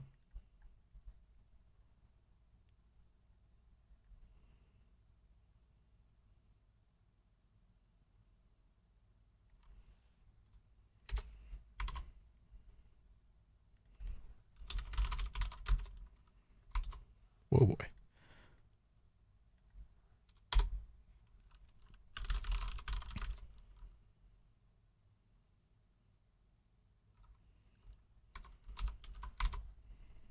There are definitely smarter ways to do that, but I don't know, guys. I think we're in the realm of like, that looks somewhat legitimate. That what do you guys think? Do you think we're in the realm of legitimate? Like, that looks okay.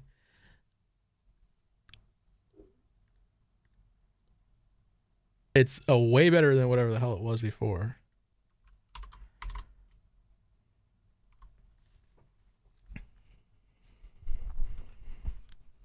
I mean, this part is still a little scary, I think. I'm going to move that over to the dark ones now that we have a light background.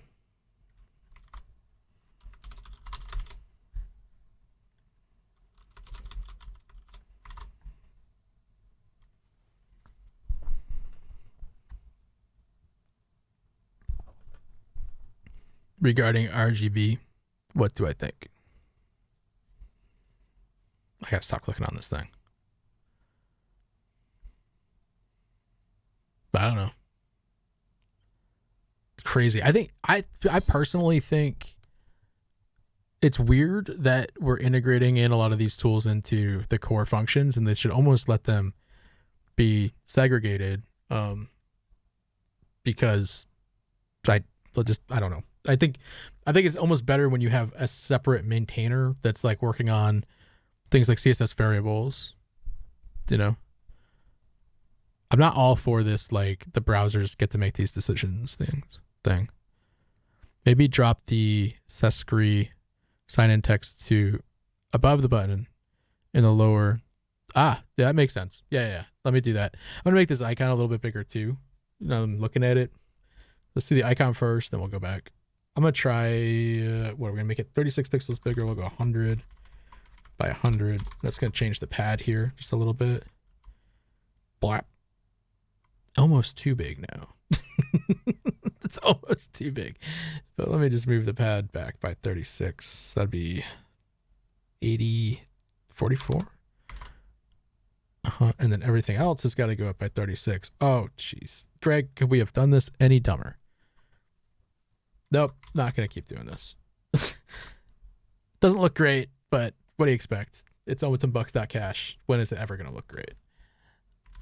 Not today. Let's do that. And then we do have a thing down here for the message. So why don't I just stick that in there? And then we'll re-scope the skis.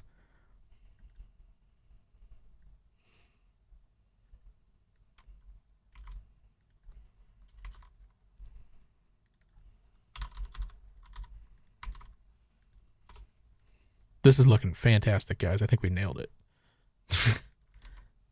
Oh, what did I just break? I just broke something kind of big because I lost all the stuff. Oh boy. Let me just Control C a little bit.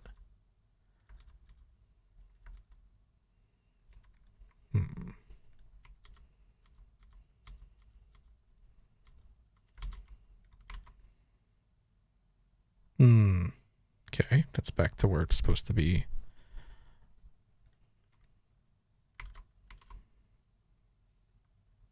Oh, that's the wrong one. It's this one. Maybe you shouldn't name things copy and message, Greg. And subtitle and copy and message. If only there was a thing that we could do to make that more reliable.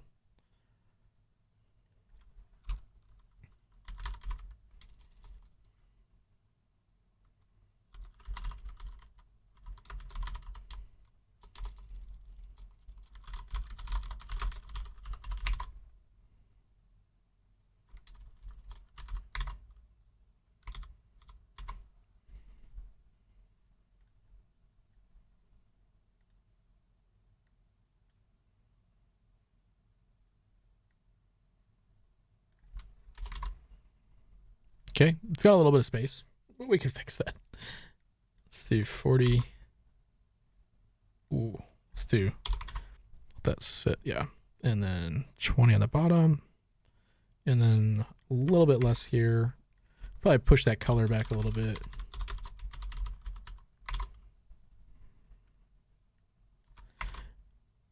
Now, just to be kind of clear about the font we're using, it's kind of garbage at this size. That's not a small size. So I don't know what, do you see like the aliasing on that's just smacked out. Don't know what that's from.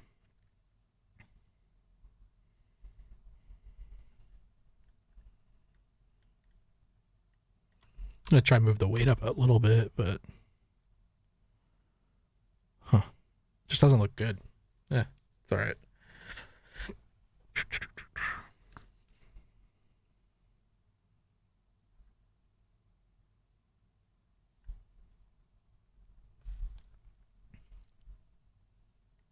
Gonna do some tiny tweaks here. Try to refresh. It's not that. It's not. I'm pretty sure it's not that. Nope. You're right. Why is that happening then? That's the question.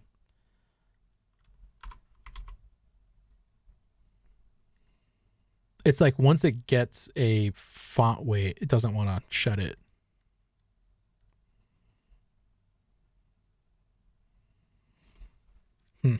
We'll have to figure that out. For the background image, it might be a pre-process thing, yeah.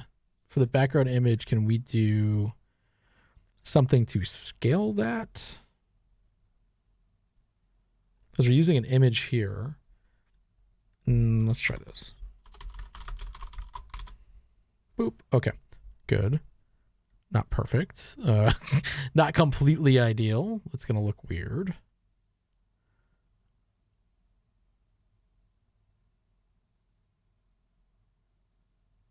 We almost need a tile.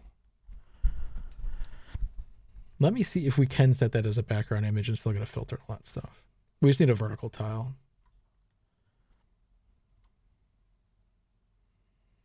There should be a way to uncache CSS in Chrome. Yeah, but what's happening, it's like, it's this browser, or it's not this browser, it's this thing I'm using to make development a little bit easier. It goes in and, well, make it easier. Now it's making it harder.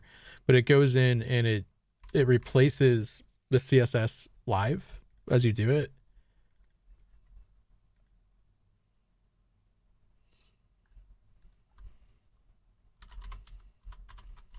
I gotta just do this so I am a sane person.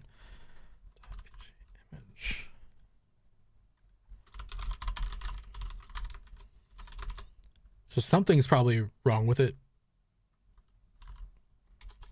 Or it's just like something screwed up with the setup, the way I have it set up.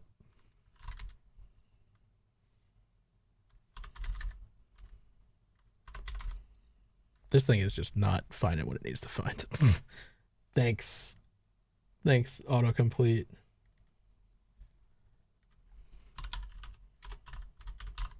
It's like you just want to do this. We can do that.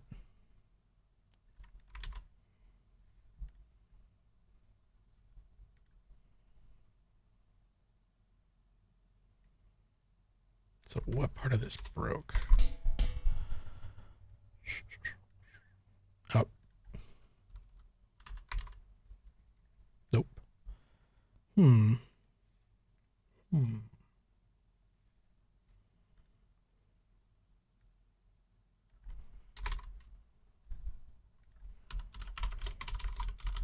How's it going, Chris?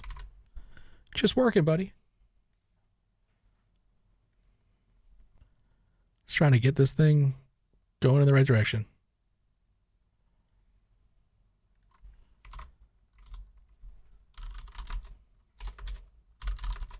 So can it take a blur? I guess we'll see.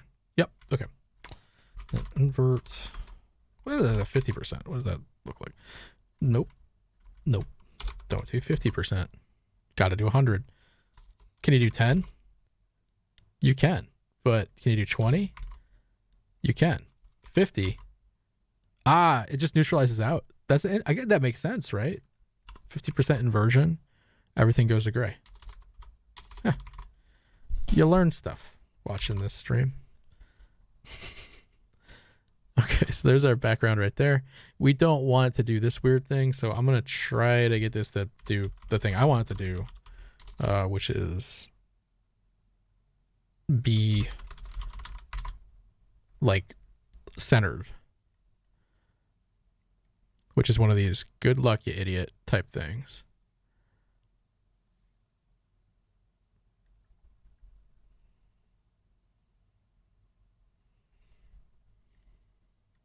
Let's look at MDN.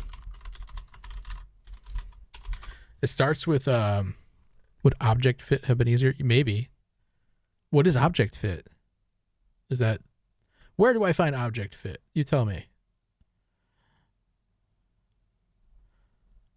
I've never even heard of that before.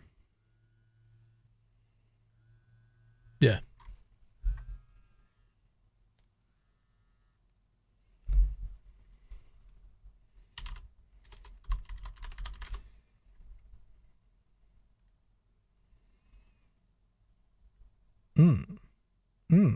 What is the status of this thing?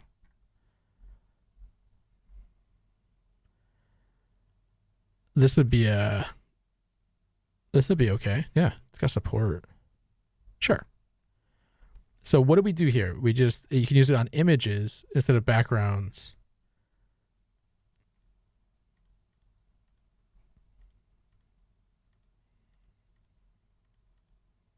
But what's the difference between this and, I haven't seen it. What's the difference between this and background? So I'll put it in. We can mess with it. I feel like we just did this twice though. Let me just do this. Come on. Come on. We're almost there. It's almost over. Oh, okay. So now we're going to say object fit. Let me start with that contain one. Nope. Cover. Nope.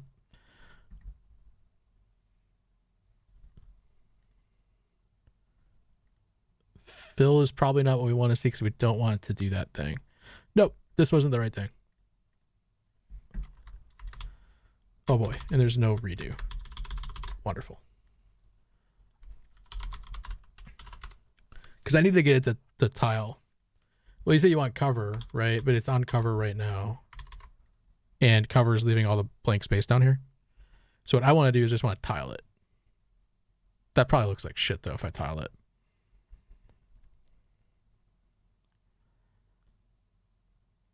What could we do? What could we do? I got an idea. Here's what we're going to do. We're going to give it a blending point at the bottom.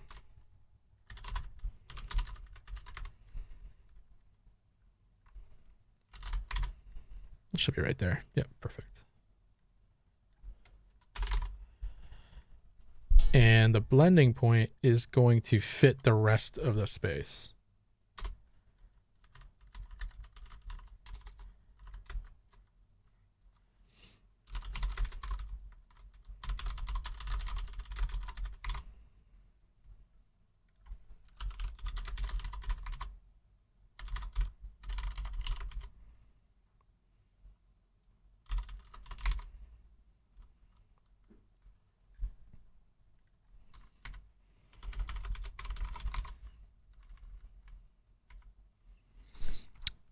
Oh, we needed the height 100%.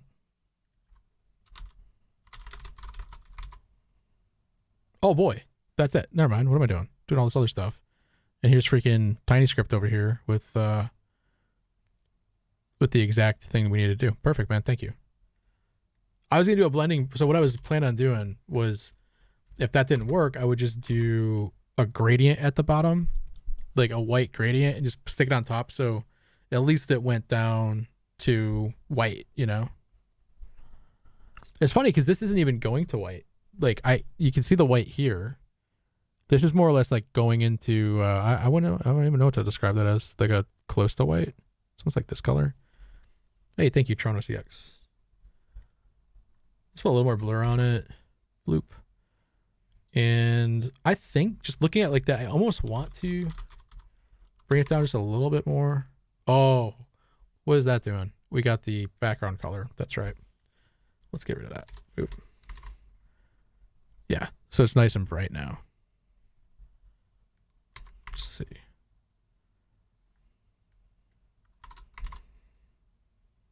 Yeah, something like that. We could do the same thing on this guy too. Just give it a little bit of an opacity on both of these.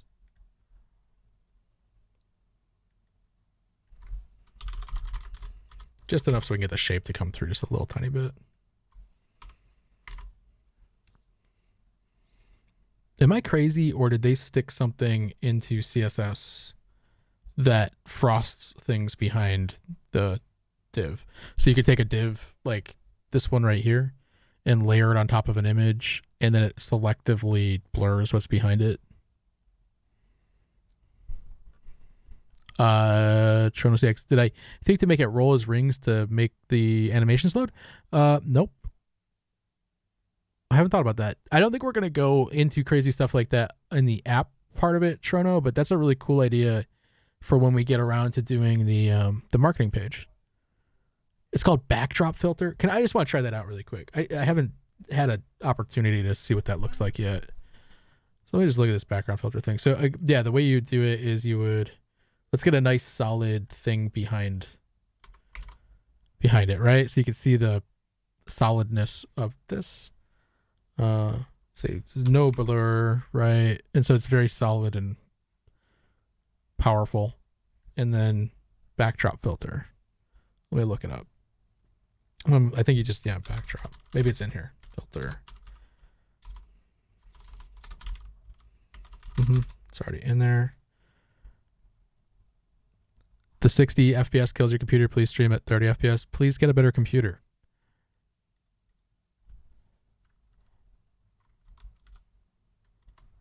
The world does not need to adjust to you. You must adjust to the world. Be like water.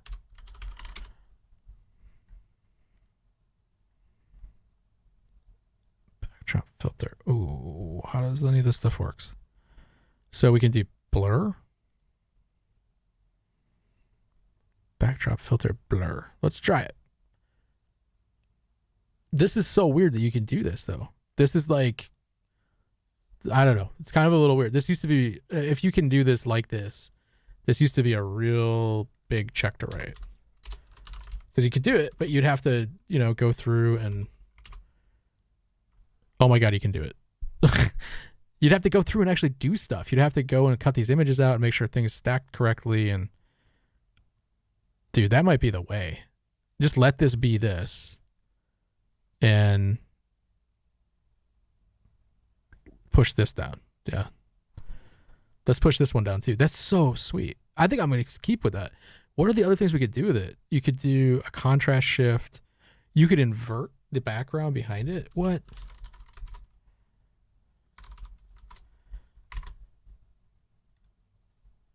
Oh, it doesn't really show much there, right? But that's pretty cool. That's super crazy.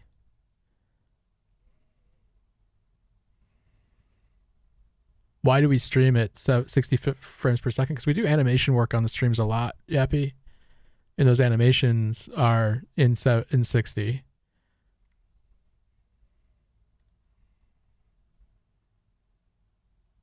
Okay, let's see this one too. I like this. I'm gonna have to bump the font just up a little tiny bit, but I really like that effect. Maybe it's just because how many times though is it like I like the effect, but you like it because you couldn't do it before? Do you know what I mean? Like it's like, well, I don't think I actually like it. I just feel like that was the cool hotness back in the day, so it is now the cool hotness today.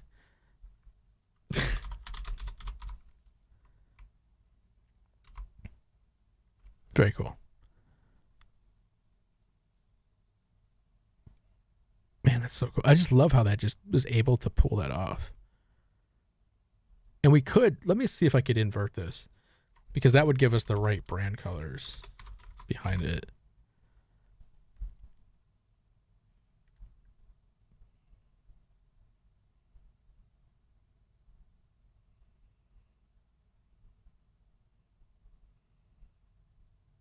Well, actually, hold on. What if we are not the ones that invert? This is the one that inverts. That now it looks scammy again. Was it just the dark? It's just the dark, does it? Can we start a GoFundMe for Yappy to get him a new computer? An AMD X2 4800. What is that thing? If I had to replace that right now, what would it cost? AMD X2 4800 plus? He didn't say it was a plus. For God's sake, what country are you watching? Less than 10. You can't even buy these things anymore. Yeah, really, just go to a dump. $15. No, you can get an upgrade for $16. Minkia. I don't want to make fun of you, but you're going to run into so many issues in life with this computer. Just save some money up. Get yourself, I know that's hard to do, but you can't make this thing that was, when was this even released? When did this bad boy hit the market? The X2 series hit the market in May 2005. Okay. So you would like me to adjust my stream for your 15-year-old computer. You would have better luck running a stream on like a PlayStation 3. Just hack into the PlayStation 3, install Twitch, watch it on the PlayStation 3. And yes, you're being shamed for having this computer right now. Because, yeah, my phone can outdo this thing. I don't mean to be a dick, but I'm kind of going to have to make a point out of this. Let's get this guy a computer. Come on, how much is it going to cost? Let's get a Walmart computer. How much does this cost? Get him a Walmart computer. Where do you live? We'll ship it to you. Desktop computer. $198. Can we get him this thing? Can we get him this? It's $198. We can all pitch in and send this to him. It's sold by Discount Computer Depot. It used to be a Dell in a former life. It comes with the CD drive. It comes with 2 CD drives. I mean, it's just a Core 2 Duo. But come on, we can do this, can't we? 4 gigs of RAM, double the amount of RAM. Maybe we can go even better. Maybe there's one that for like $5 more is even better. Right? Like, oh, that one's got even a half less star. Yeah, can we just trade in all the OmatumBucks to buy this poor guy a laptop? Something.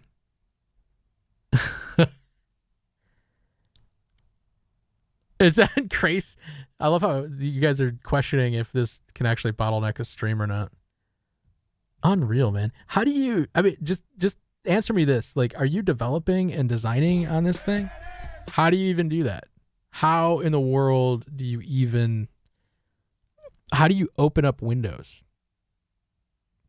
Well, 720 FPS is, yeah, well, 1080 is, that computer was never intended to see that sort of resolution. 2005. Jeez. They never even dreamed of it back then. They're like 30 FPS is all you need. That's all you need. 1280 by 720. I'm guessing that it's a GPU as well, right? So a lot of stuff gets offloaded to GPU nowadays, especially. Well, I don't know. You could tell me. You guys could tell me if Twitch does the GPU offloading for some of the decoding, because the new NVIDIA chips, they have RTX cores set aside for that, just for doing video encode decode. You can see that, I think. It's under. Yeah, you can see this. These are the cores right here that do this stuff. Video encode, video decode. How many of your computers fit inside of my computer? Like, you have what? Like 2 cores? No, 1 core? How many could fit inside this thing? How much of the RAM? Just the RAM alone. How many could we fit in here? Sorry, I'm giving you a crap.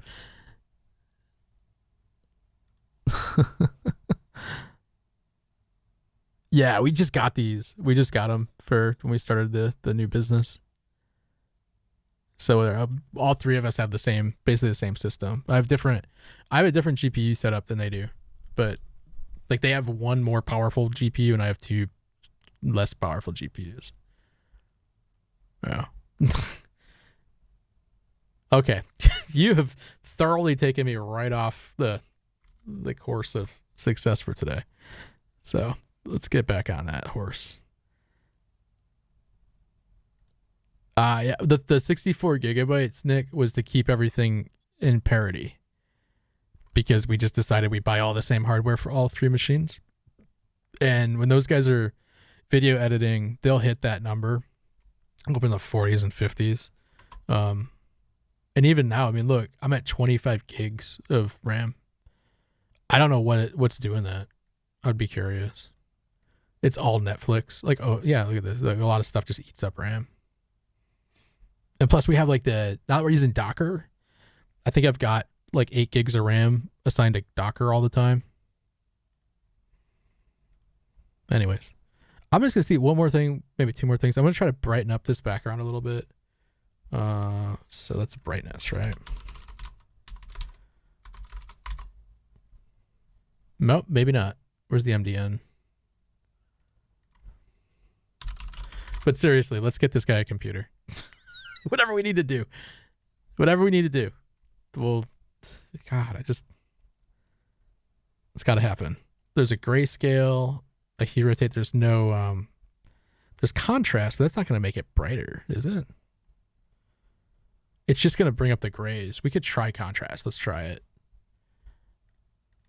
Because that's what I'm looking for. I'm looking to get some of those whites knocked down. To 200.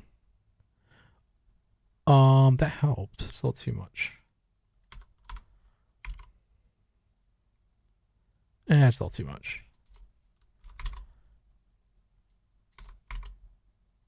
There we go. Just a little bit.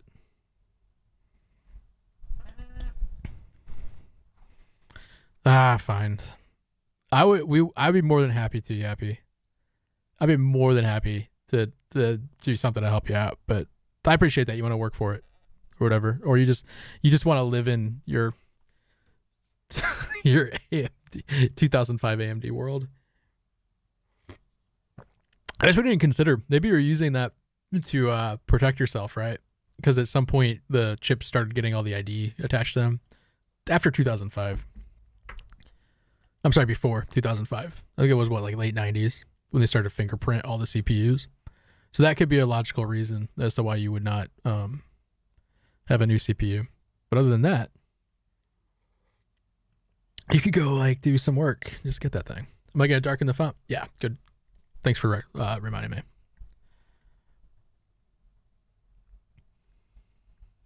We're just catching up on some coffee there. Boom. So just, I mean, now that we have this, we can push it up a little bit more. This guy, that guy. What to do with that guy?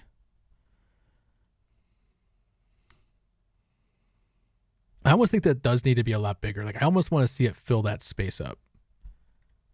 So I'm going to try something. It might be real stupid, but I'm going to try it. I'm going to double the size of it, and I'm going to margin left it.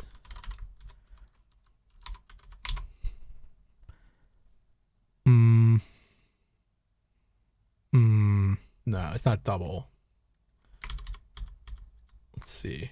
Let's try that thing again where we go to 100. Oh, you want to position absolute stuff at this point? We're not there. We're doing negative margins.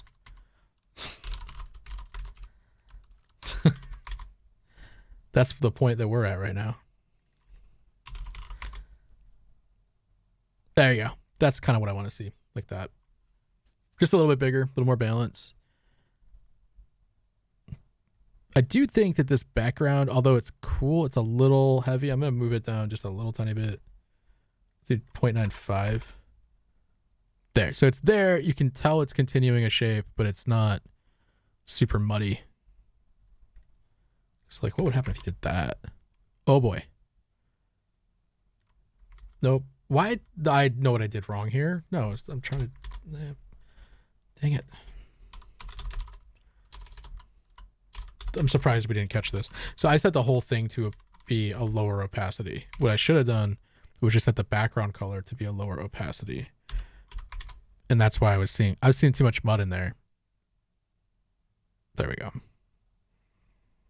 It's the same. I think it's the same exact thing here. I just said, oh, forget it. Do the whole thing. Yeah, I did. RGBA and then 0.9. There you go. It's one of those days. You ever have one of those days where you're just like, fuck it. It's all position absolute today. No one will know. Except for the poor guy that's got to do the responsive sheet. Cool. Anyways, I think we're good. I think that that's at least the login page. I'm going to go back to the little notes that we took in a file that I closed for some reason. And it's done. So I'm just going to, boom, done. Now, this OAuth account selection thing, I'm going to hit I need to look at this because I don't know if we're going to have that requirement on our app, but I think we will. In Google, when you hit sign in with Google, if you guys don't know this, what will happen is there's going to be an account selection. So you hit this button, and I just don't know if I can do that without. I don't want to hit that button because I think it might log me right in. Let me do that and log out and see if I can show you guys. Cool. Okay, I can. So we have this little sign up, sign in page. If I hit sign in with Google, it's going to present me with all these different accounts that I use. It looks like this is off my infrastructure, which is great. This is what we're going to do. We're going to let Google handle that and handshake all that. Yeah. And then it's going to pass me back. Google's going to pass them back into the app. And that should make it a lot easier to work with. Because then we're not even going to have auth on the server, right? All we'll have I take that back. We won't have auth checking on the server. We're just going to trust Google for that stuff. And just say, okay, well, if they give it back to us, we're good. And set the token and all that crap. And that's what we're going to do to establish your session and just make it easy.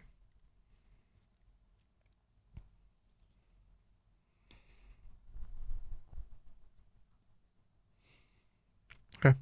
Well, I think this is a good place to take a little break. So I'm going to take a, 10-minute break. I will be back pretty soon, guys. In the meantime, while you're waiting, we have a pretty good Discord server. I'm going to put the link for you guys right there. And now is a perfect time to subscribe to our YouTube content. We're trying to make YouTube a big thing. I've got these two guys in the other room. You can see them. We get very excited whenever time we get a YouTube subscriber. So I'm sure if that bell goes off and they hear it, they'll jump around a little bit or something. I'm not sure. We have a little bell out there. We're trying to get as many subscribers as we can in the next month or so. We basically found out that it's almost impossible to get a channel to 1,000 subscribers in less than 6 months. And I was like, no way, we can do it quicker than that. So that's the challenge we have right now. And we want to get it done by before June. So we have like a month to get 800 subscribers or something, 700 subscribers. We'll see if it works. But yeah, let me go take this break and I'll see you guys shortly. All right, back at it. Oh man, This took a lot longer for this one page than I thought it would. But let's just say this is good enough. I'm going to put a little more spacing here and just call that good enough.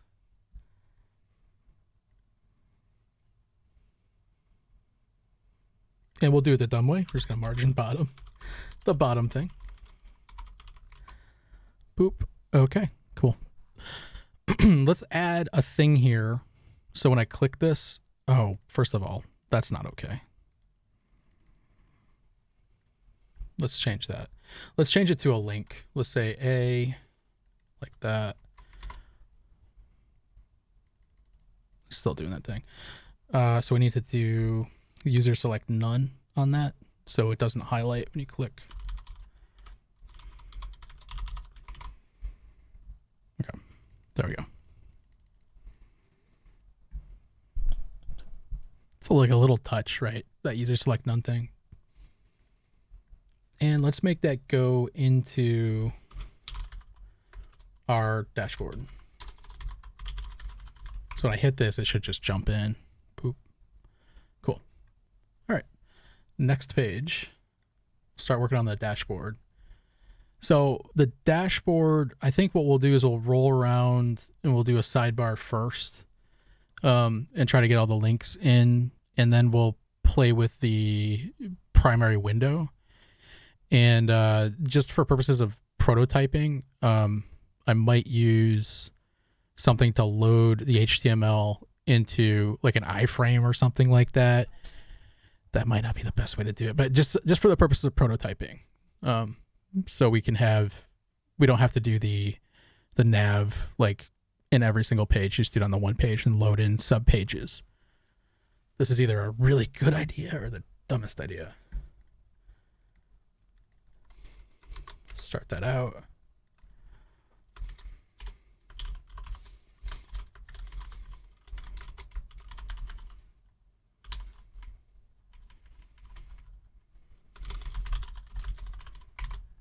Let's just get into it now. There we go. We're on the dashboard page.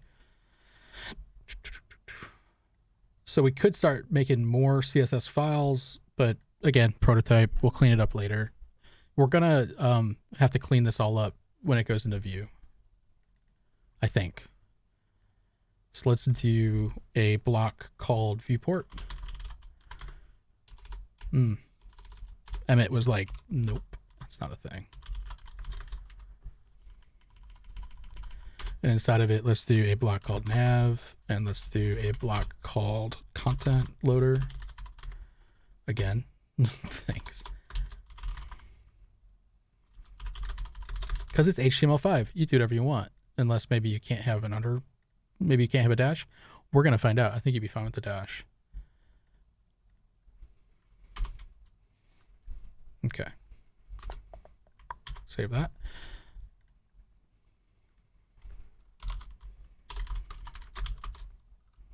Oh, it does not like that. It doesn't like that at all. Let's just so I don't have to deal with weird stuff.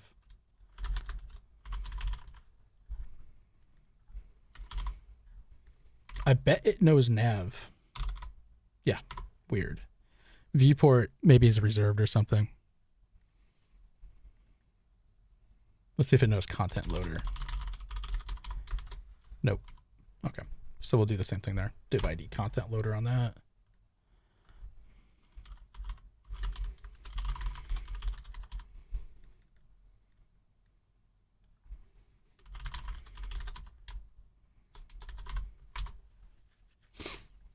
Okay, so we'll start by getting the nav in over here.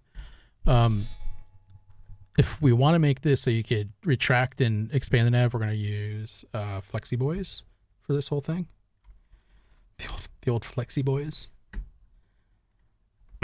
So the viewport is going to be 100% wide and all that stuff. Let's get the CSS linked up.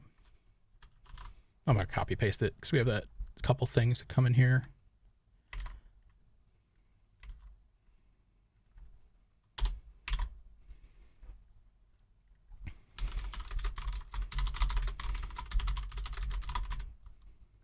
Start with that.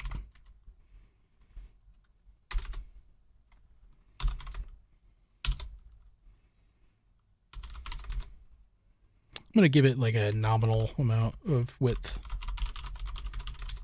And we're just going to do this so we can start seeing it.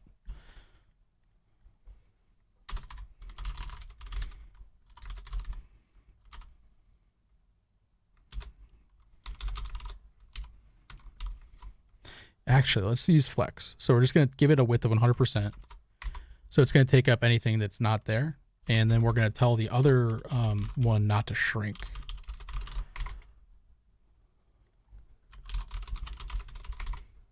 Good. And now it's just going to do that. Oh, it's so bright. Sorry, guys. Do black. Very cool.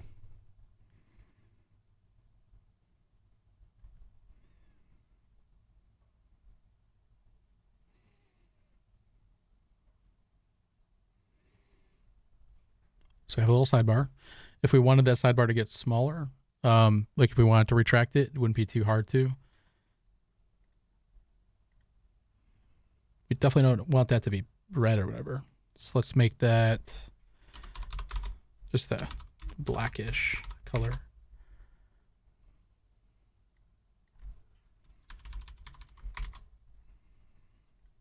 Okay, let's make this a brighter white. Oh, well, why don't we just go with white? We'll go from there. Okay. Now, we need to get some things into the nav. So I really should just expand this out. And I think something to put in the nav would be like the logo at the very bottom. The black logo. So we'll do like that nav logo and grab the black logo. Oop. A little big. It's a little big. It's a little bit bigger than we wanted. Okay, so I don't want to start padding anything yet, just so we can get this figured out. We're going to display flex on the nav, and then we're going to tell that logo to sit down at the bottom. Like that, yeah. And because this has got a little bit of nesting, well, this is always a question. This, I guess, a personal preference thing. I like to nest as much as I can because, like, I think it's more or less like a thing. Like, I couldn't do this all the time, and once I started nesting a lot, like, it ended up being the thing I wanted to do all the time. So there we go. Make it a little bit smaller, and then let's tell this stuff. Well, let's tell that to justify itself to the center. Now, there's an align self. I don't know if there's a justify self. No. Let me see. MDN.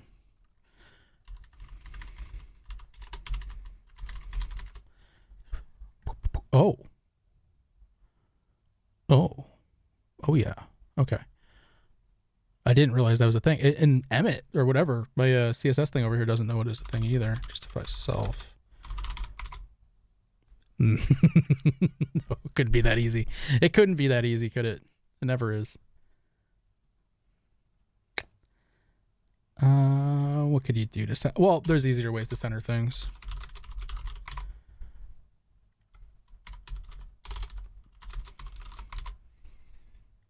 Or not.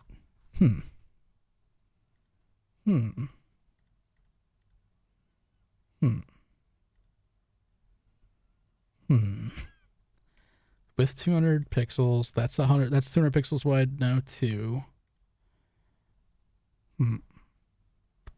Oh, it's an image. Boom, text align center. Okay.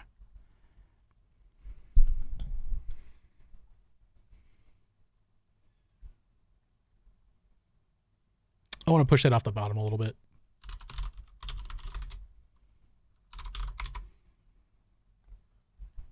And maybe a little bit smaller, like that.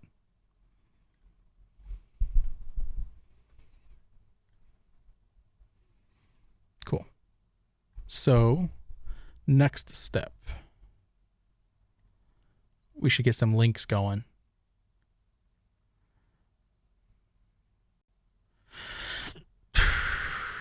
So we got to think through this. If you had a dashboard and you're landing on it, do we want to make it so you land on like the history thing is your dashboard? Like that is the button that says dashboard. And then how to earn, redeem points, redeem tokens, that these are separate things. And we could always do, I mean, there's redeem points, but there could always be a store as well.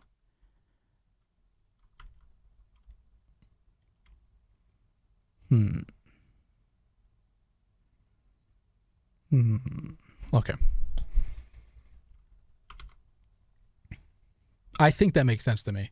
That like you, or it's either that or that one dashboard, the first one you land on is like bare bones. It has just a few things on it. But I think it would make sense to say, okay, hit my dashboard. I want to see like how many points I have and maybe how I got them, you know. I don't need that to be on another page. And then really the redeem points and redeem tokens, that ends up being like probably my second thing that I want to see. And the how to earn ends up being the third thing. And maybe settings as a far underneath that, right?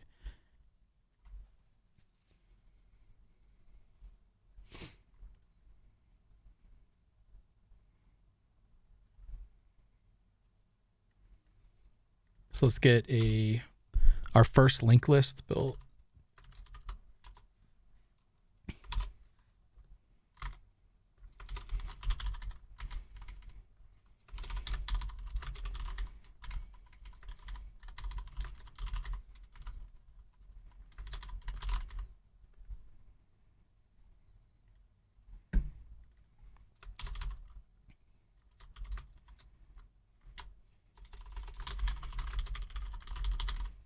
That's a long boy.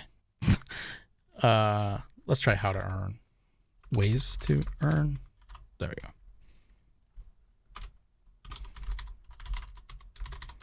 We're going to give that its own class for settings just so we can push it down a little bit. Or we could, why don't we do an account thing up the top?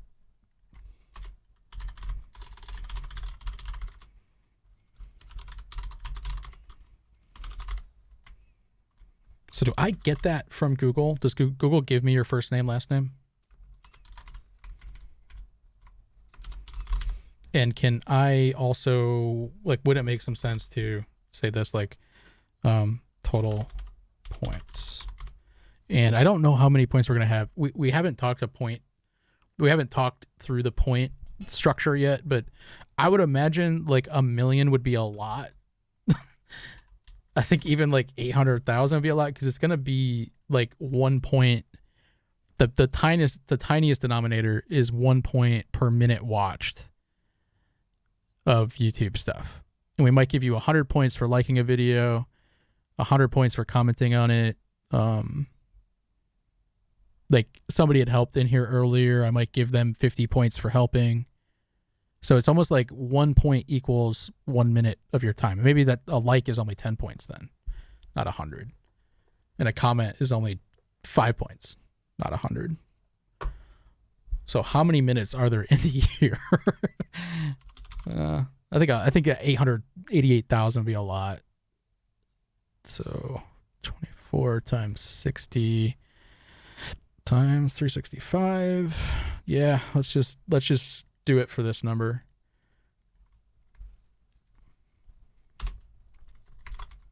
And let's do a account settings as a button.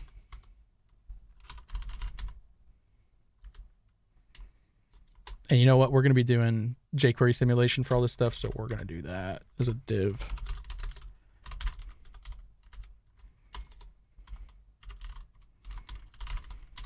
And I'm going to start marking this up for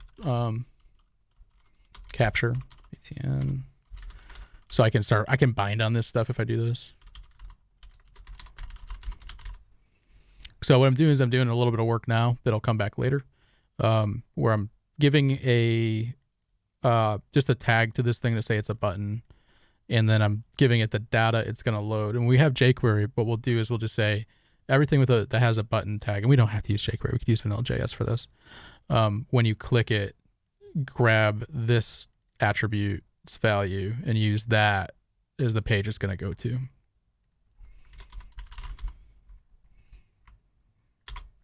Okay, let's see how bad that looks. You can't even see it. Oh boy, it's all black.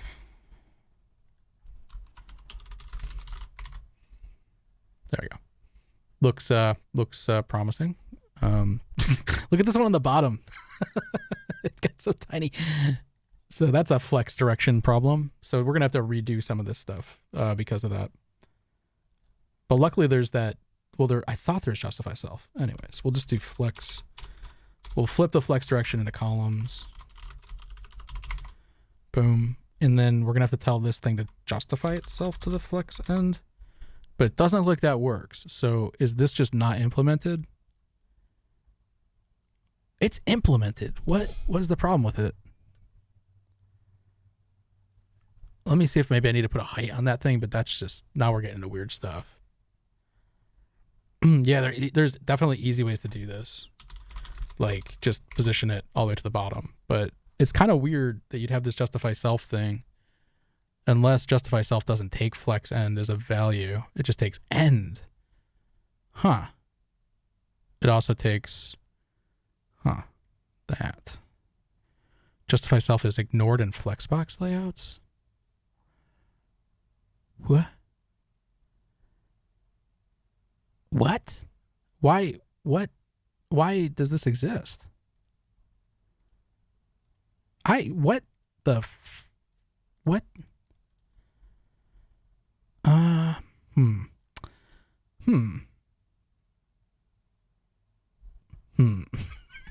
What is this? What is this property we found?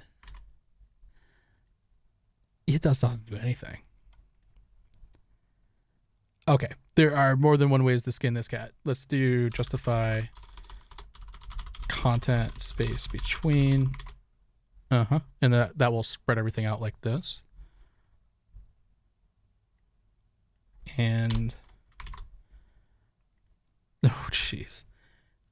Let's take the account goes to the top by default. Do not link me a guide to Flexbox from Chris Coyer. UL a guide to Flexbox. This stuff is changing so quick, man. It's like it doesn't. There's ways to do things today that there wasn't like a couple months ago even. What I'm hoping is I can pack this up.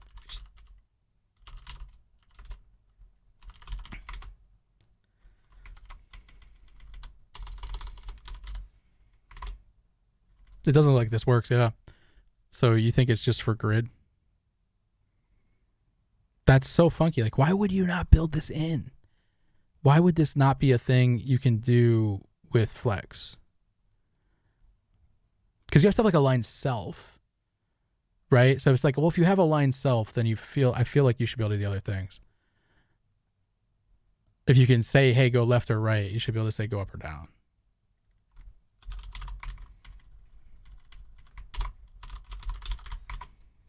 Because you're just telling it to pack.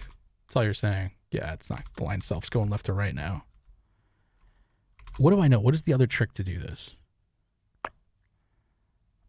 I think the other trick is you turn off the wrapping, or you turn on the wrapping because it's by default off. Okay, let's try that. And then flex wrap, no wrap. And then everything's going to have to catch a width now.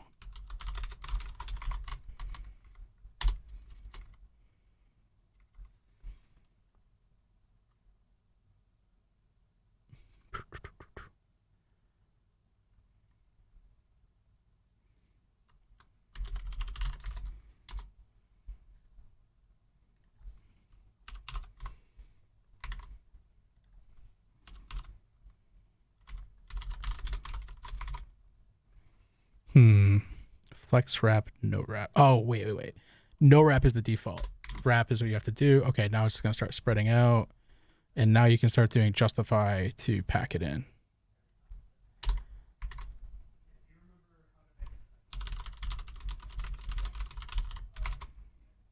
align self, sorry. Align to pack it in. Maybe not. Oh, crap. I don't even know why this is spreading out in this way. That's even more interesting. Like, why would this just decide that's the way? I can move that one down to the bottom using align self. Okay. But I can't take this one and get it to move up. And it's sort of just like arbitrarily packed. So let me see if there's something on the CSS that's making that want to be that tall. I mean, it's possible. So we could try flex. We could tell it to shrink. That didn't do it. It's almost like you could give it a height, but it's computing a height of 329. I don't think there's anything over here. I'm going to find, we'll fix that.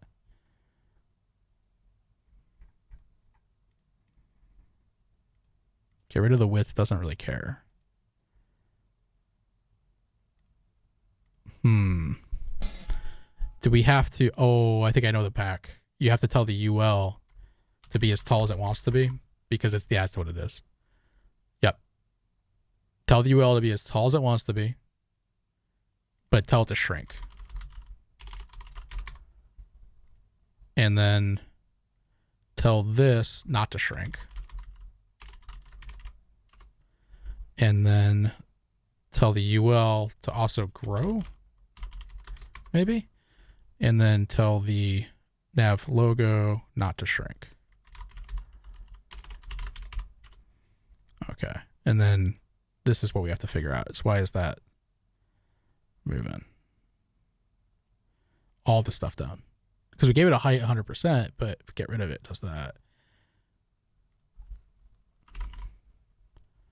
So you don't want to be dialing this in. You want to let this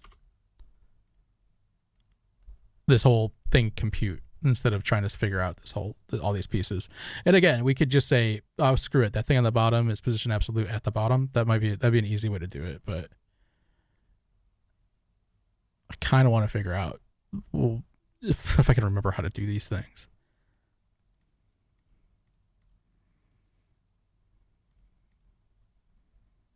What is this trick, man?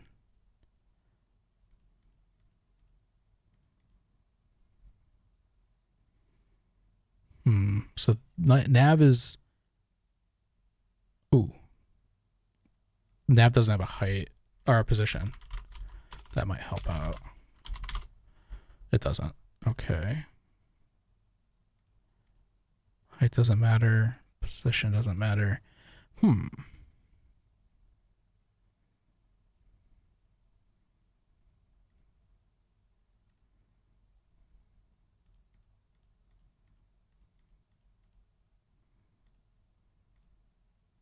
Well, I want to figure this out with flex, but I don't think it's doing it. I don't think it's going to do it.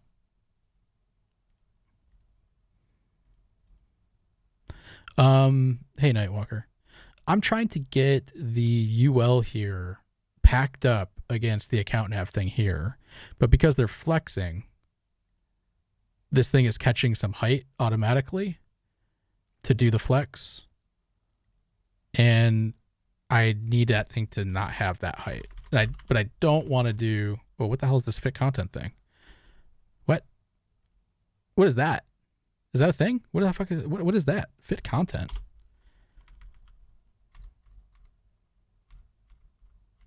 What? There are new things. It didn't do anything to fix it. So right now, yeah, it's just, oh, it did. Look at that. It did. It fit the content now. And now that UL, what are you doing? What in the world is fit content though? It definitely did that. It shrunk it down, but now it's not letting this move all the way up.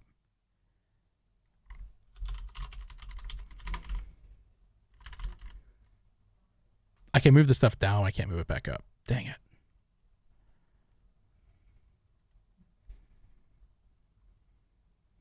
So essentially, I'm just trying to get these all to pack to the top and then have one that packs to the bottom, which I I swear I've pulled this off with Flex before.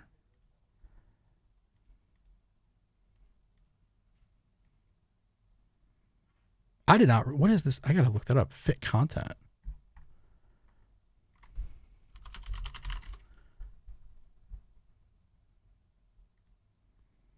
Dude, you take like a little bit of time off from this stuff and things get added, and it's kind of fun.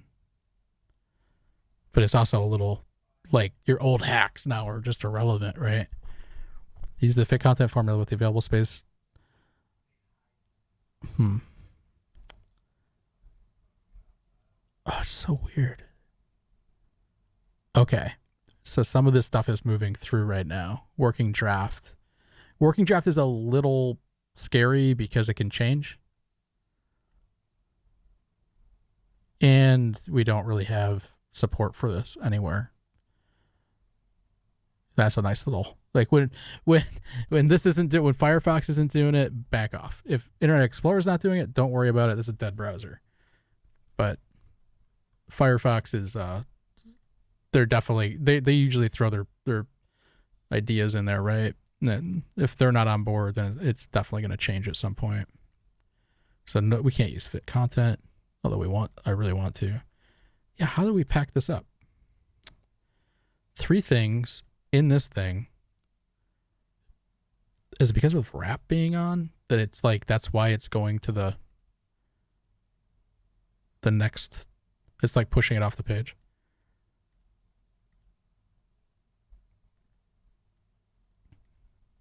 That's just so weird to me because usually you just say, "Hey guys, this is all the space you have to exist," right? And they're like, "Okay, we'll figure out where to go from there."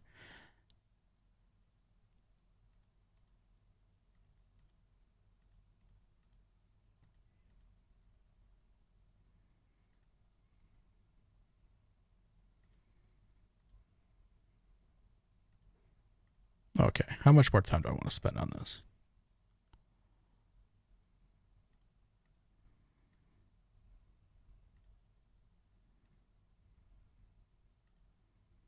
That's the real question.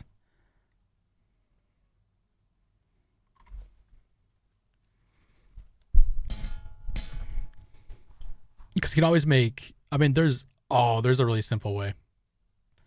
This is what I wanted to have work, but I've got a way to do this. We'll just make another class, call it top nav, stick all the stuff inside of it that we want on the top. I just really want to figure out, I thought Flex could do that. I swear I've done it before. But now at least we have all that stuff packed up there. Because we're only packing one thing, you know? So it's not a big deal. Okay, the name, that might be an issue. So let's start designing this in. At least the nice thing about this is, too, we can apply some padding, some universal padding inside this guy. We'll call top nav here and pad it out. Oh, we'll just say 40 pixels. Where does that get us? Oh, it's way too much. 10 pixels. A little better. Let's do 15. Okay, so let's start working this in. Now, I'm not sure. Well, we don't need to put the freaking guy's picture in there. We'll put the username for the person that's signed in. We need a settings, and we probably need a logout up here too. So that'll be on this part. So we have a button account settings. So we're just going to do something called button bar here, and then put 2 in here.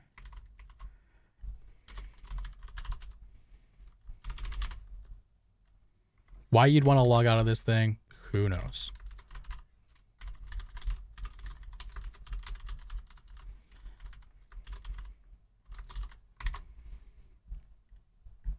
So top to bottom, we'll start working it. Count that.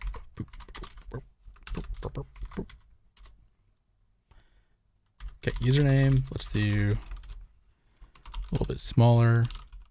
Give it a nice font weight. Give it a nice, let's use that nice yellow that we have. Which one is that? RS. Cool. And let's give it to our button bar. Okay. So the two things that are in there need to get cursor stuff attached, but I'm just going to make some stuff here to say if it's a data type equals button, we'll just cursor pointer on those. That way, at least we have that part done. We get that nice little, you can click it button.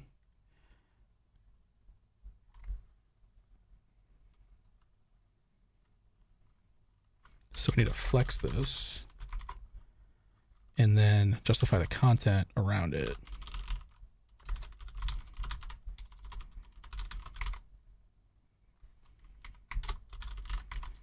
And that button bar should probably be width of 100. Justify content space around.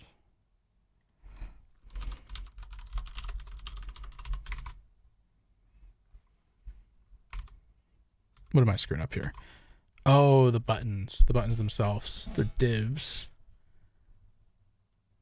So we need to tell those divs to not worry so much, but to be in divs.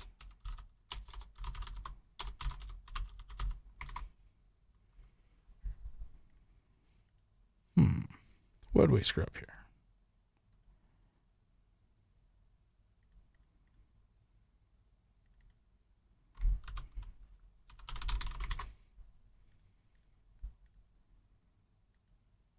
That shouldn't matter, should it? Not for Flexi Boy. Let's take a look.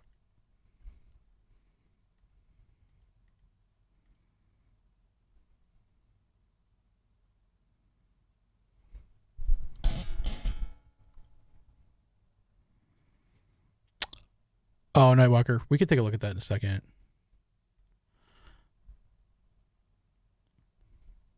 Yeah, you got that to work. That would have done it. We're already past it now, but that looks like that's the way. So you set 100 VH height to that thing. And then... Oh, you didn't. That's it. Did you write inline or something? Flex 3. Where are you getting flex 3 from?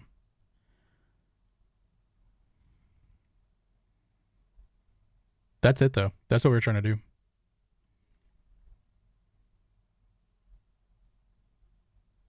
That's interesting. I don't know what. That's an interesting way to write that stuff, and I didn't realize you could do that. That's pretty cool. So you just said, okay, center one, grow. Everything else, don't worry about it. Just let the center one grow. And that was able to pull it off. I kind of want to go back and do that. Just to be... let's just do that real quick. Let's fix that. Because I'm so much of a fan of stuff like that.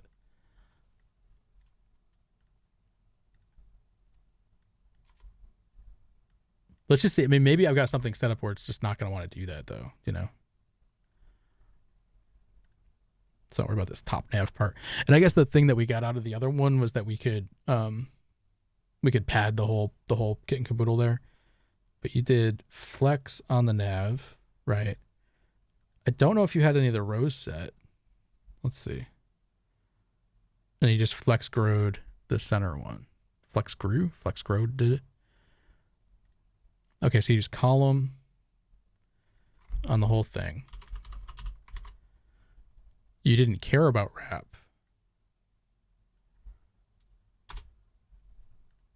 And then you didn't care, it looks like, about alignment.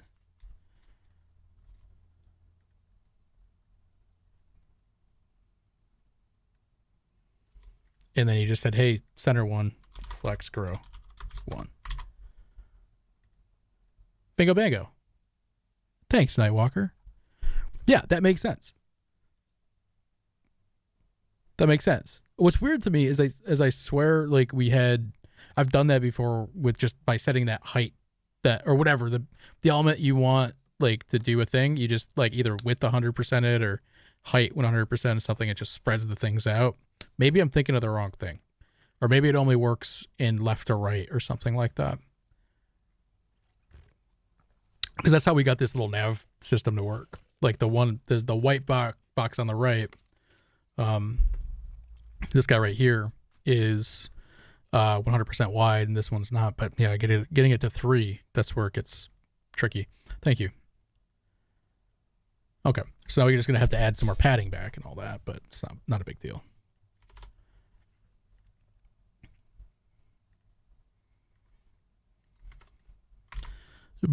This Barney guy, he got the weirdest fetish. Just wants to eat cheese all the time.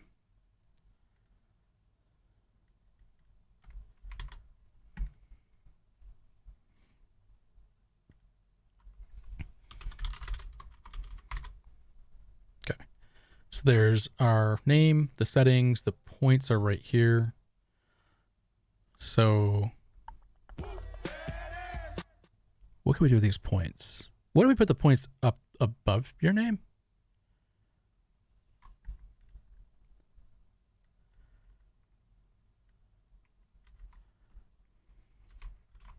You can show them the clip if you want to, buddy. Happened like 5 years ago. You're still on it.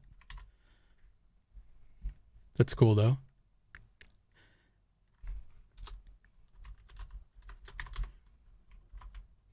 Oh boy. Let's do a couple spans next to each other so I can write the word points. Then we'll give this a little more space.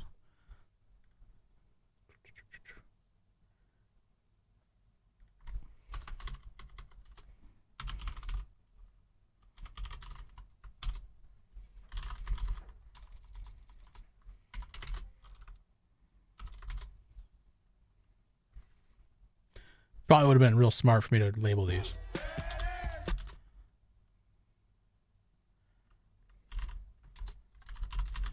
Just call that OmatumBucks, sure.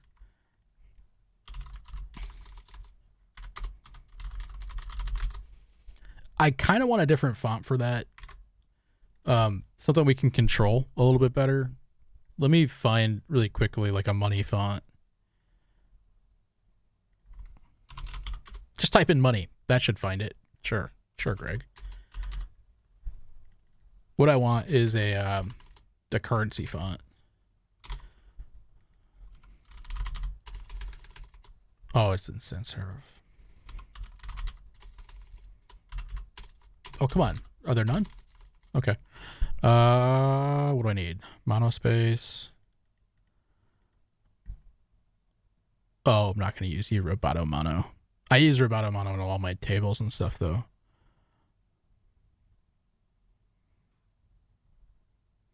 You know, I have something in my head, and I don't know if I'm going to find it. Why? Yeah, why don't we just stick to sans serif? That's it. Kind of. Nah, I'd just lose the characters. If we make that too small, it'd be hard to see them. I'd like a number font, though. So let me keep looking. And we could use IBM Plex. I love IBM Plex. JetBrains Mono. Is it in here? There's not many. I mean, look at, there's not many monospace fonts at all.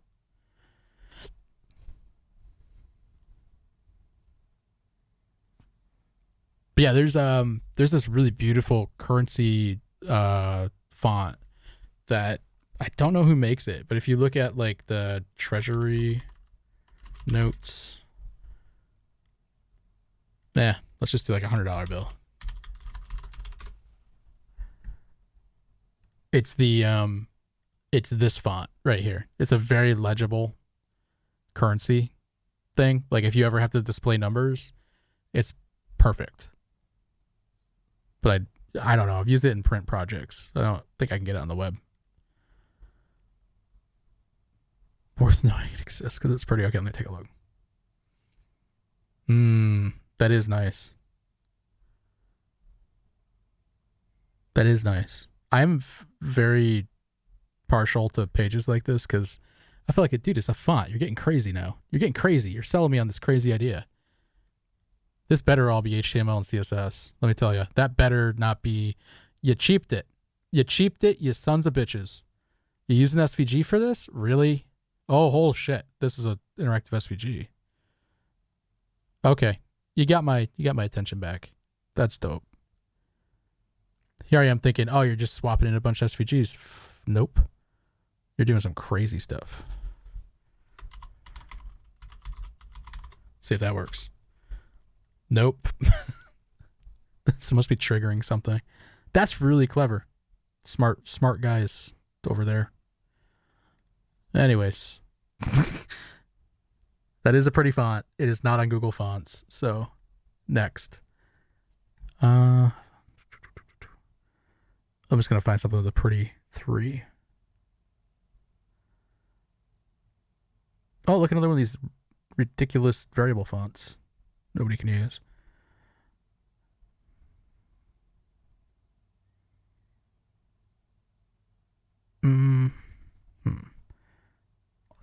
Let's just go with the bloody Anonymous Pro. Let's just do this. Give me all the fonts. I don't care. Give them all to me. And take that. And in you go. Okay. And the OmatumBucks font family. Let's make a smart decision. Let's put a class of number on that.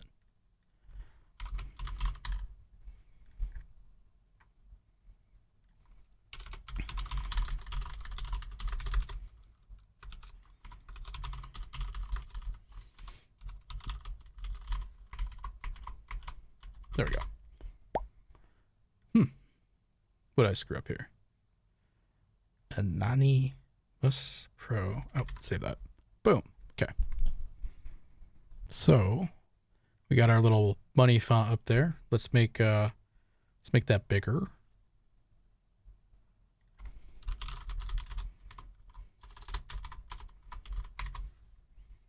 Perfect. And let's give this whole thing some margin underneath it. Spread that out.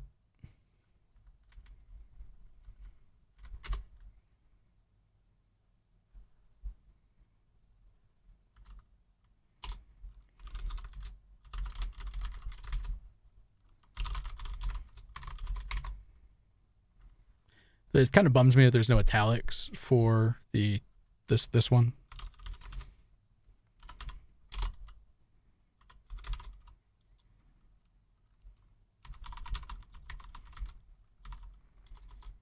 For the enter font, because I use italics a lot. Not today though. Okay, so you got little things saying how many points you got. We can make that a little bit bigger. Oh, it's too big now, Greg. That spacing, that comma is just like, it's asking, that monospace on the comma sucks. Whoa. Whoa, boy. And the 8s are your biggest numbers, so we probably should go and do like 1, 2, 3, 4, 5, 6 or something. That's not so bad, I guess. Get a little more variance. Keyboard sounds satisfying.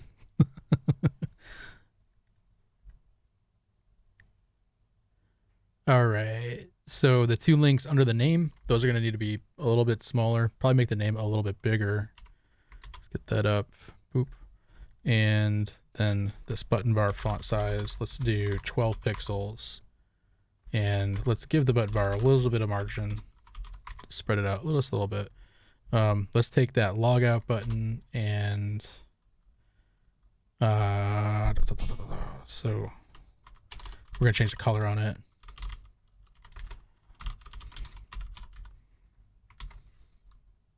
Doesn't need to be that bright. Nope. Transparent dies. And then we're just gonna make it a little transparent. Then when you hover that guy, it's gonna get a little not transparent. How do you do this? So 50%? What is the numbers? What are the numbers we use for this? Transparentize 0.9? Is that what you do? 0.1. Do you have to spell transparentize correctly? Probably. Transparentize. Let's see that. Boop. Oh, why? Why couldn't you be smart enough to just take the values I already had there and stick it in there? Just. There we go. Okay. So I want to make that a bit more transparent.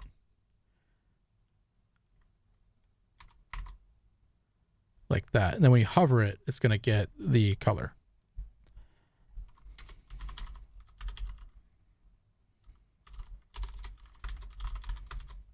Nope, that's not how you do that.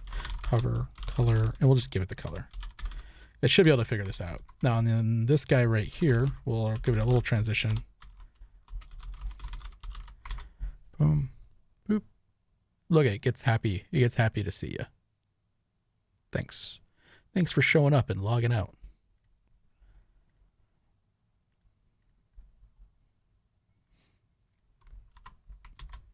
I always think it's interesting how there is a set of happy animations and sad ones. That's a happy one right there. It's a little happy. Happy little glow. So for these settings, we'll do the same thing. But we don't need to do a transparentize thing on that. And since we're going to transition on both of those the same way, we'll just apply it like this. Oop.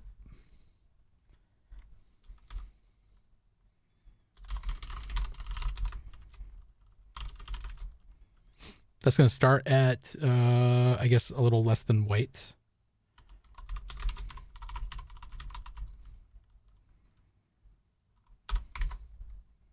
And then it'll get nice and bright when you hover it. Bingo, bango. Oh, look at that. It's happy to see you. Go see your settings. Sure. Now that I see this like this, I kind of want to put this above this. So I'm just going to swap these around.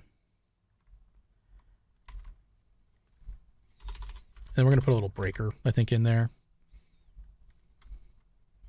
Or what we'll do is why don't we modify the way the points look to give it like a little, that was a cough, by the way. Give it a little bar, whatever, you know, I'm trying to say a thing. It's making sense in my mind. So I want to just do it. You know, just a little bar thing.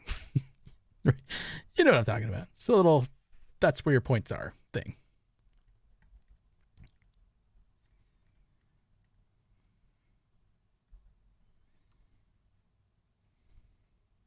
So we gotta get rid of the margin. See you later. It's gonna look stupid for a little bit until we get this dialed in. We're gonna probably want to do some padding, not on the top, but on the sides. Or on the top, but not on the sides, rather. Do that. Okay, and then let's put a border around it. 1 pixel. So I'm just gonna do this to dial it in. There's my border. No good. So we padded this thing, which is screwing up the other thing. 2 options here. We can either reverse the pad out, or we can just pad the thing we need padding on.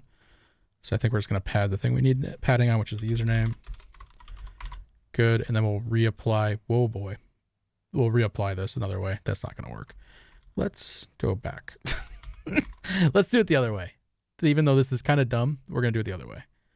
So we know the padding is 15 pixels or something. If we wanted to, we could write this as variables and plug it in, but we're not going to do that. We're going to do this. We're going to say width of this guy is a calc of 100% of what it should be plus 30 more pixels. And that's going to make it a little too wide, too big for its bridges. And then we're going to margin left it -15. Should slide it right in just like that. Okay, so that's what I wanted to see. Now we're going to margin around it.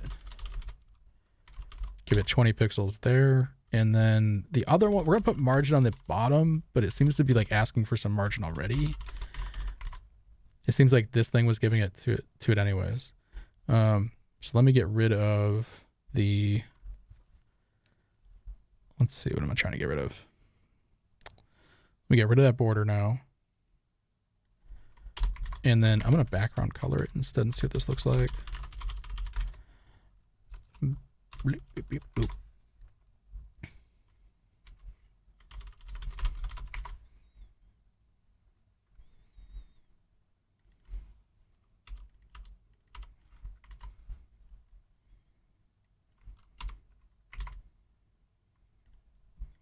Okay, now this will need some internal padding, which is right here, 15 pixels, boom. That's a little weird. It's definitely a little weird. Let me see if I can bring that down just a little bit.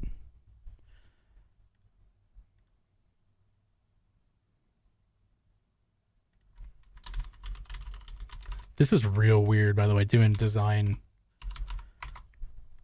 right here. not like in Illustrator. It's real weird.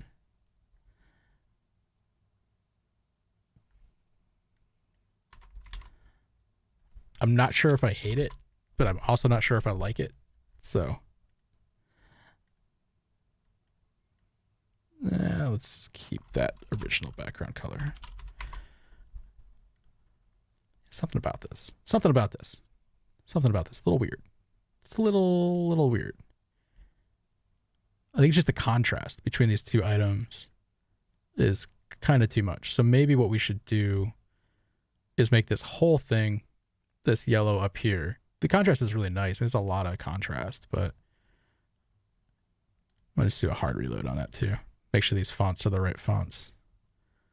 Okay. Yeah, let's try this whole thing going into that yellow. But I think we're gonna have to hue shift the yellow a little bit.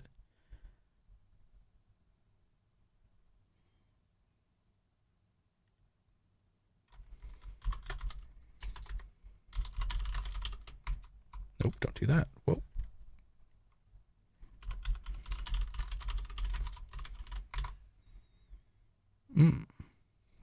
Okay. So let's get rid of the margin. Well, let's start making these things the right color first. Let's just see.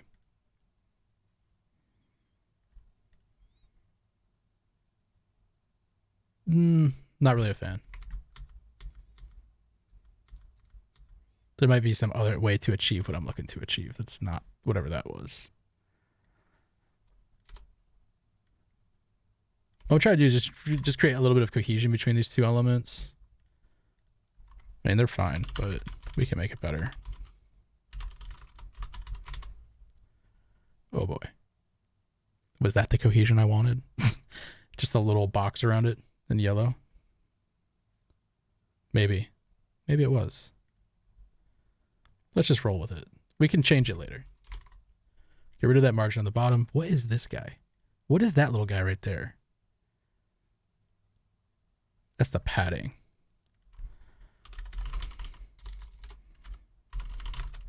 Get out of there. Okay. So now we've got the nav items to deal with. Maybe it's just that being in yellow. Is I'm like, don't worry, we'll fix it later. No, we're going to fix it right now. Yeah, there we go. Just need to go to white. All right, nav. So the guys in the other room say I say so too much, so I'm going to keep saying so. So we're just going to do, we're going to need active states for each one of these. Let's put an active on the dashboard.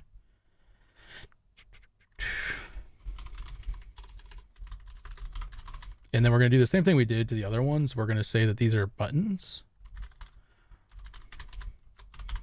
And then it loads in a specific page.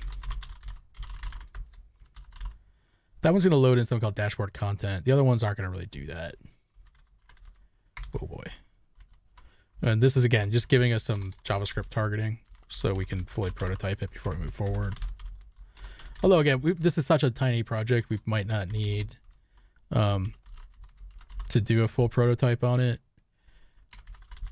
But the thing is, the more work you put into prototyping, it seems like it's sometimes wasted time. If we had done this like in Illustrator before we hit this, what we'd find is that we've solved a lot of problems before they became bigger problems. And we could do it quicker. So by even moving through and saying, okay, well, maybe the next step is we do this fully functional prototype, figure out everything that goes everywhere, and get it to be clickable and all these things. So we've solved all the interaction problems before we touch view. And that can be a big deal in terms of keeping you quick, right? Making the mistakes go away. And it's a mistake at this stage is quicker than a mistake at the view stage. And a mistake at the view stage is quicker than a mistake at the Rails stage. You know? So you kind of want to, there's got to be some proper way to describe what I'm talking about. I had a teacher that was humongous on sketching, and she was brilliant. Like, taught me that whole concept. That I think that's sort of what you're doing here is you're doing sketches. The whole way up, it's sketches until you're coding in your back end and coding, like literally doing your production code. It's all just a form of a sketch. And she was very intense about doing sketches and projects and just for design work. And, you know, you kind of like you butt it a little bit because I mean, like when I first heard like started getting those assignments, I was like, man, this is a lot of work.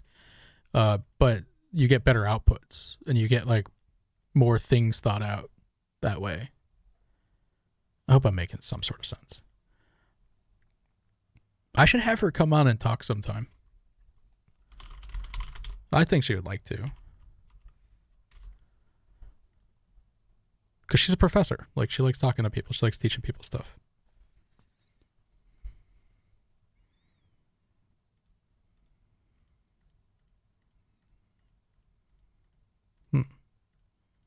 What are we doing here? What are we doing? That guy. Let's make a... I almost feel like the bold isn't the way to go on that. Okay. So now we need these guys. So we have an active state attached to one of the buttons. The rest are going to be LIs. The UL doesn't really matter. It's just a container to hold these things. We're probably going to want to match in the padding that exists. I'm a little questionable if that border is drawing inside or outside. I guess we'll find out in about 1 second how that border is being drawn in. So let's take these guys, let's take the LIs, start talking to them.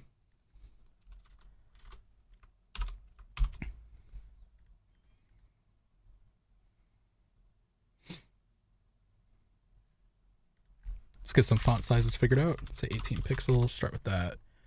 These could be big boys. Big boy. There we go. Maybe a little big. I'm so glad, by the way, the trend of putting icons and everything is over with. Where you had to be like, what is a dashboard icon? What does redeem points look like? I say that now, and just editor guy. If keep that in if we end up putting icons in. Just me being like, I'm glad it's over. And then tomorrow I'm putting them in. Sounds like a normal design run. Okay. So what do I need to do here? I need to push this down like a bit. 40 pixels, yep. And I need to give it a little space in from the left. I don't know if I should be padding in. Oh, you son of a bitch. It didn't compute it. I don't know if I should be padding in on these guys or not. I want these to be a little bit taller. They're kind of like buttons right now, and they're not tall enough. So I'm going to do a little trick here, make them line height. And then we'll do, let's make those a little bit taller. A little bit taller. There we go. That's going to spread them out a little bit. Then I'm going to do some borders on these, on the top and the bottom. Actually, let me do the border on all of it and we'll remove it.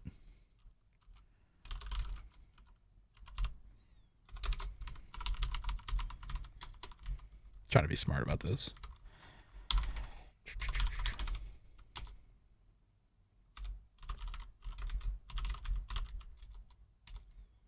Nope. I want border left and right gone.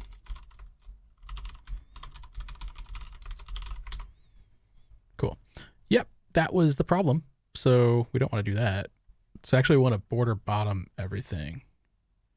So yeah, that wasn't the right thing. And then we'll remove one of those with little selector boy. Okay, so that gets us those things. So let's get rid of that padding because you can see how that padding just jacked things. There we go. So now they're all spread out. We'll put the padding on the LI. That's gonna break everything. Okay, so now we got these little nice spacers. That guy right there is gonna need a border top to be consistent, right? To give these like little pill feels to everything. So what we want to do is we want to target just that top one. And I want to make these a little bit taller while I'm here. So target just the top one. We're going to do and first child. If this doesn't work, we're going to do nth child.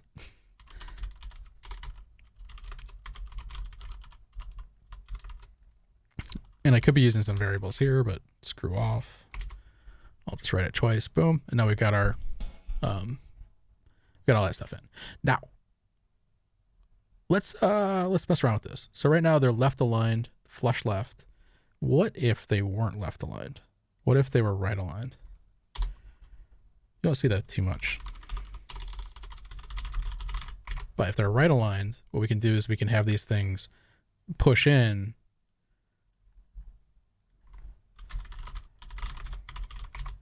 when they're active. Right, so do that.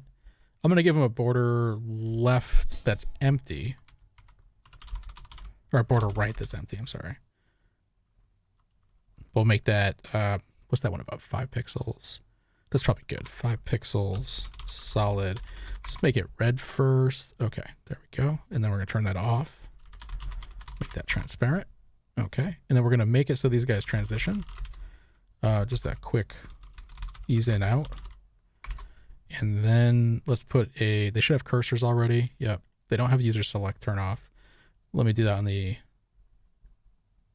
data type of button.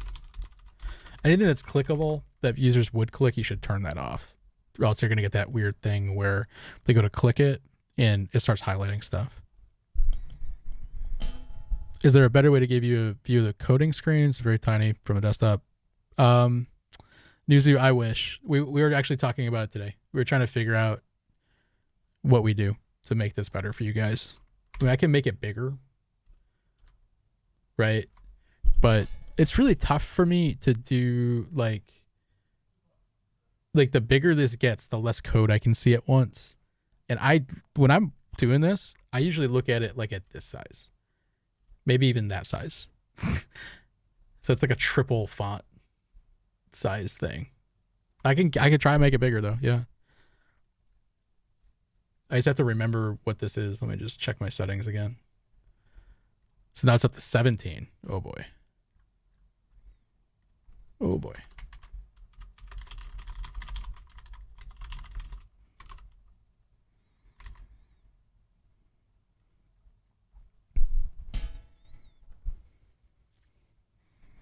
There's no way to blow it up on the streaming setup so it doesn't impact you. Not that I know of, Newsy, but if you have any ideas, let me know. Come in our Discord and let me know. I don't know if you're already in there. I'll give the Discord link. But just talk to me about it. If you have any ideas, let me know. The one thing I can't really do, we're doing like a pretty simple project right now, right? But the one thing I can't really do is get rid of the 2 monitors. Once I get into doing MVC work, I just really can't get all my work done on a screen like this. I need at least 2. We do have a setup for 2, but it's not like this. There's 2 right there. It's not like that really gets us a lot more in terms of space. Do you know what I mean? Like it's not going to make the fonts that much bigger. But please think about it. We've been racking our brains about it. Like, what can we do? I mean, stuff that we've thought about doing is like broadcasting the code window out. So if you're having trouble reading it, you could, like I could always only have the output screen up like this one right here. And then you guys could go and watch the code being written live somewhere. But I think that's a bad idea because we put these things on YouTube.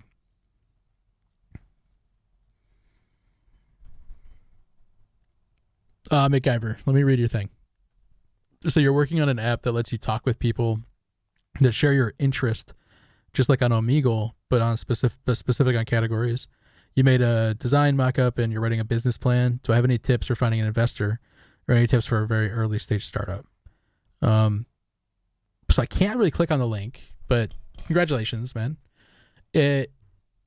First of all, do you want or need an investor?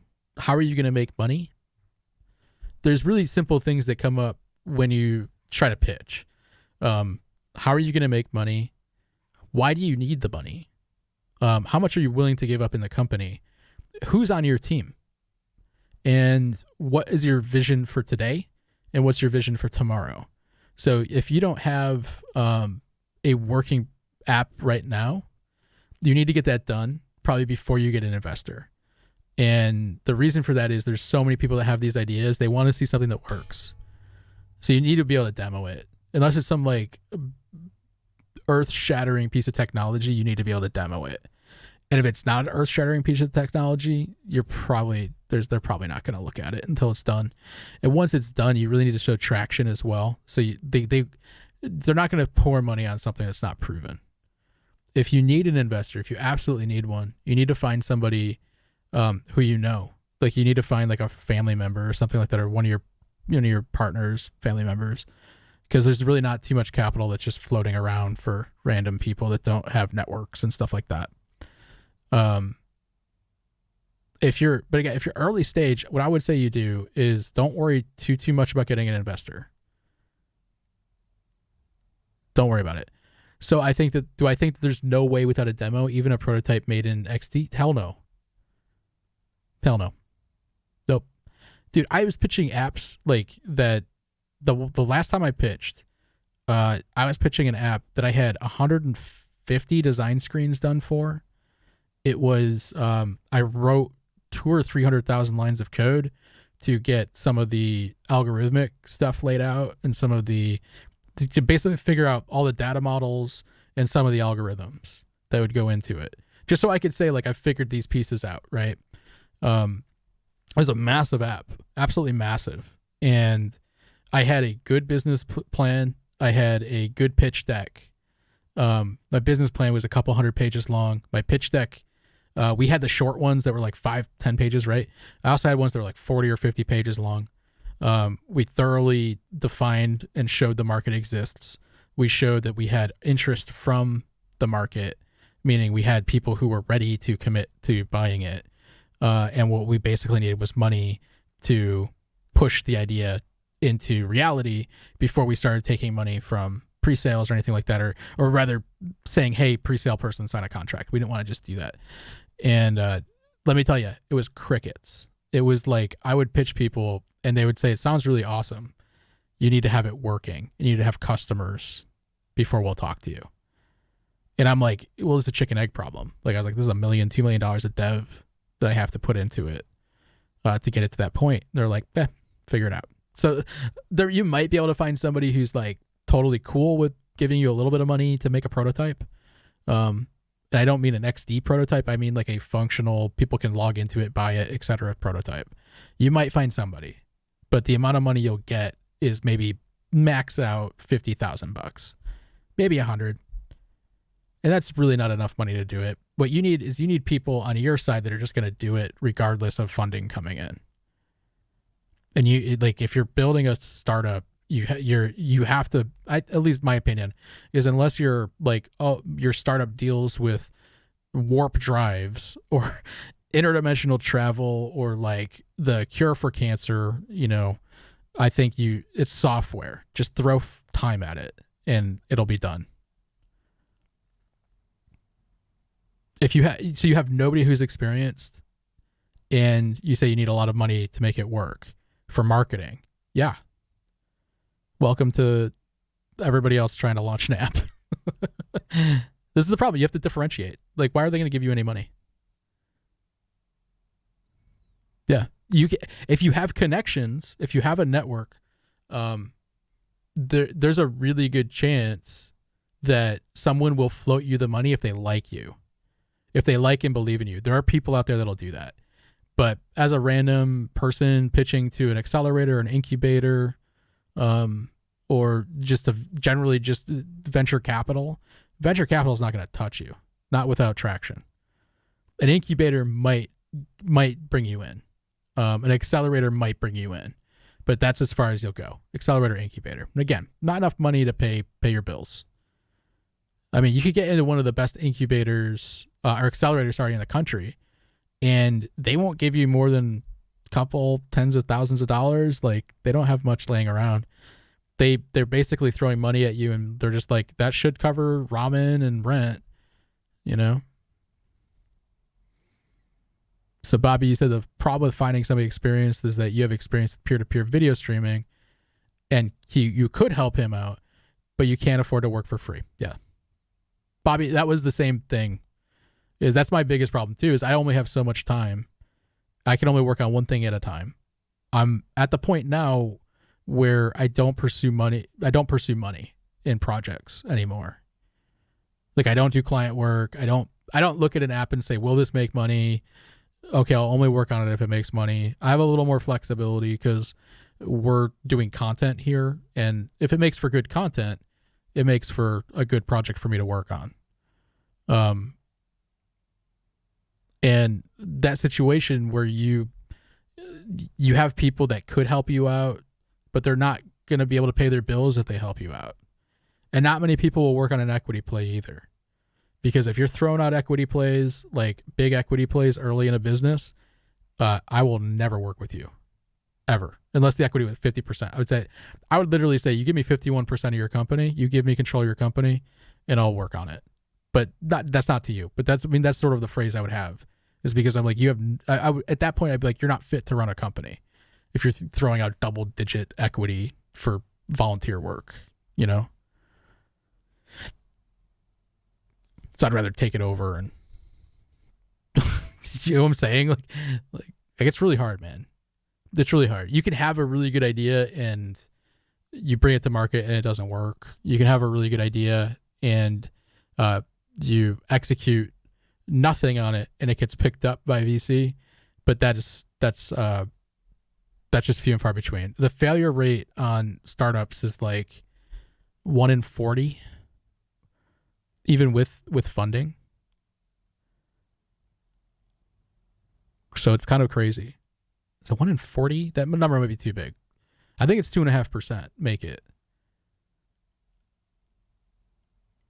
And that's all it needs to hit. I might have that number way wrong. Don't quote me on that number, but it's not big. That's again, with money, with expertise, with people who know what the hell they're doing. So it's like, why would they invest in somebody who doesn't know what they're doing over somebody who does?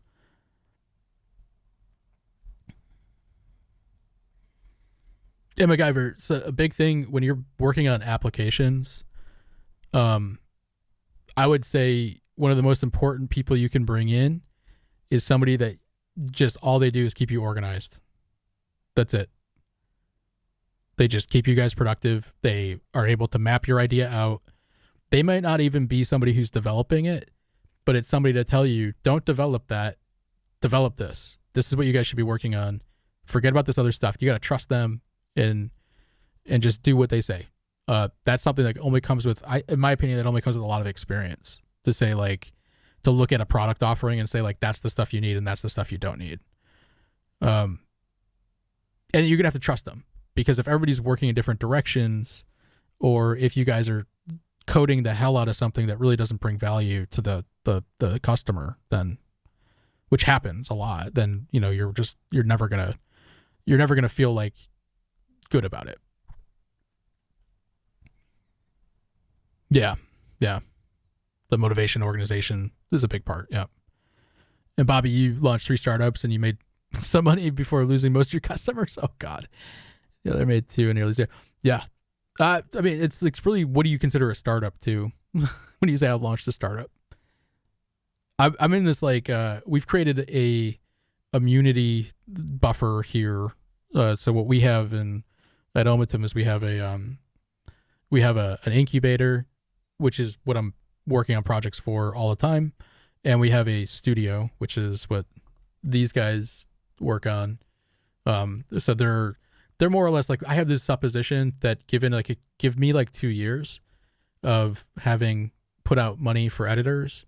And these guys are cool too. Like, they're fun to have in the office, but give me a couple of years of that, and we might have enough money coming in from YouTube, where we can sort of like just work on whatever we want to without actually fully funding it, but with like, we're not losing money, if that makes sense.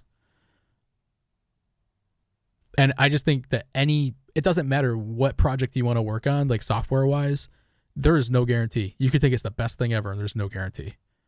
Google could come out and drop a product that's exactly your thing and they got all the market share. That's really freaky.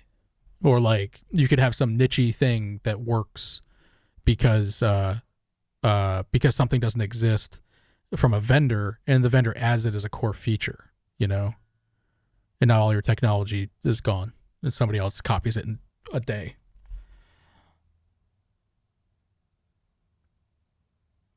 Yeah. So we're trying to we're trying to buttress against it. That's not how it will work for everybody. We're putting out a ton of money to do this. Like, those guys are not volunteers, you know. But I really hope it works out for you, MacGyver, dude. You can come into our Discord. I think I linked it right above. You can come in there and like you can ask questions in there. We've got product people in there. You know, we got ways to help you out. I mean, not funding. You're not going to get funding, I don't think, but we can at least point you in the right direction. You know what really sucks, guys? I have to go.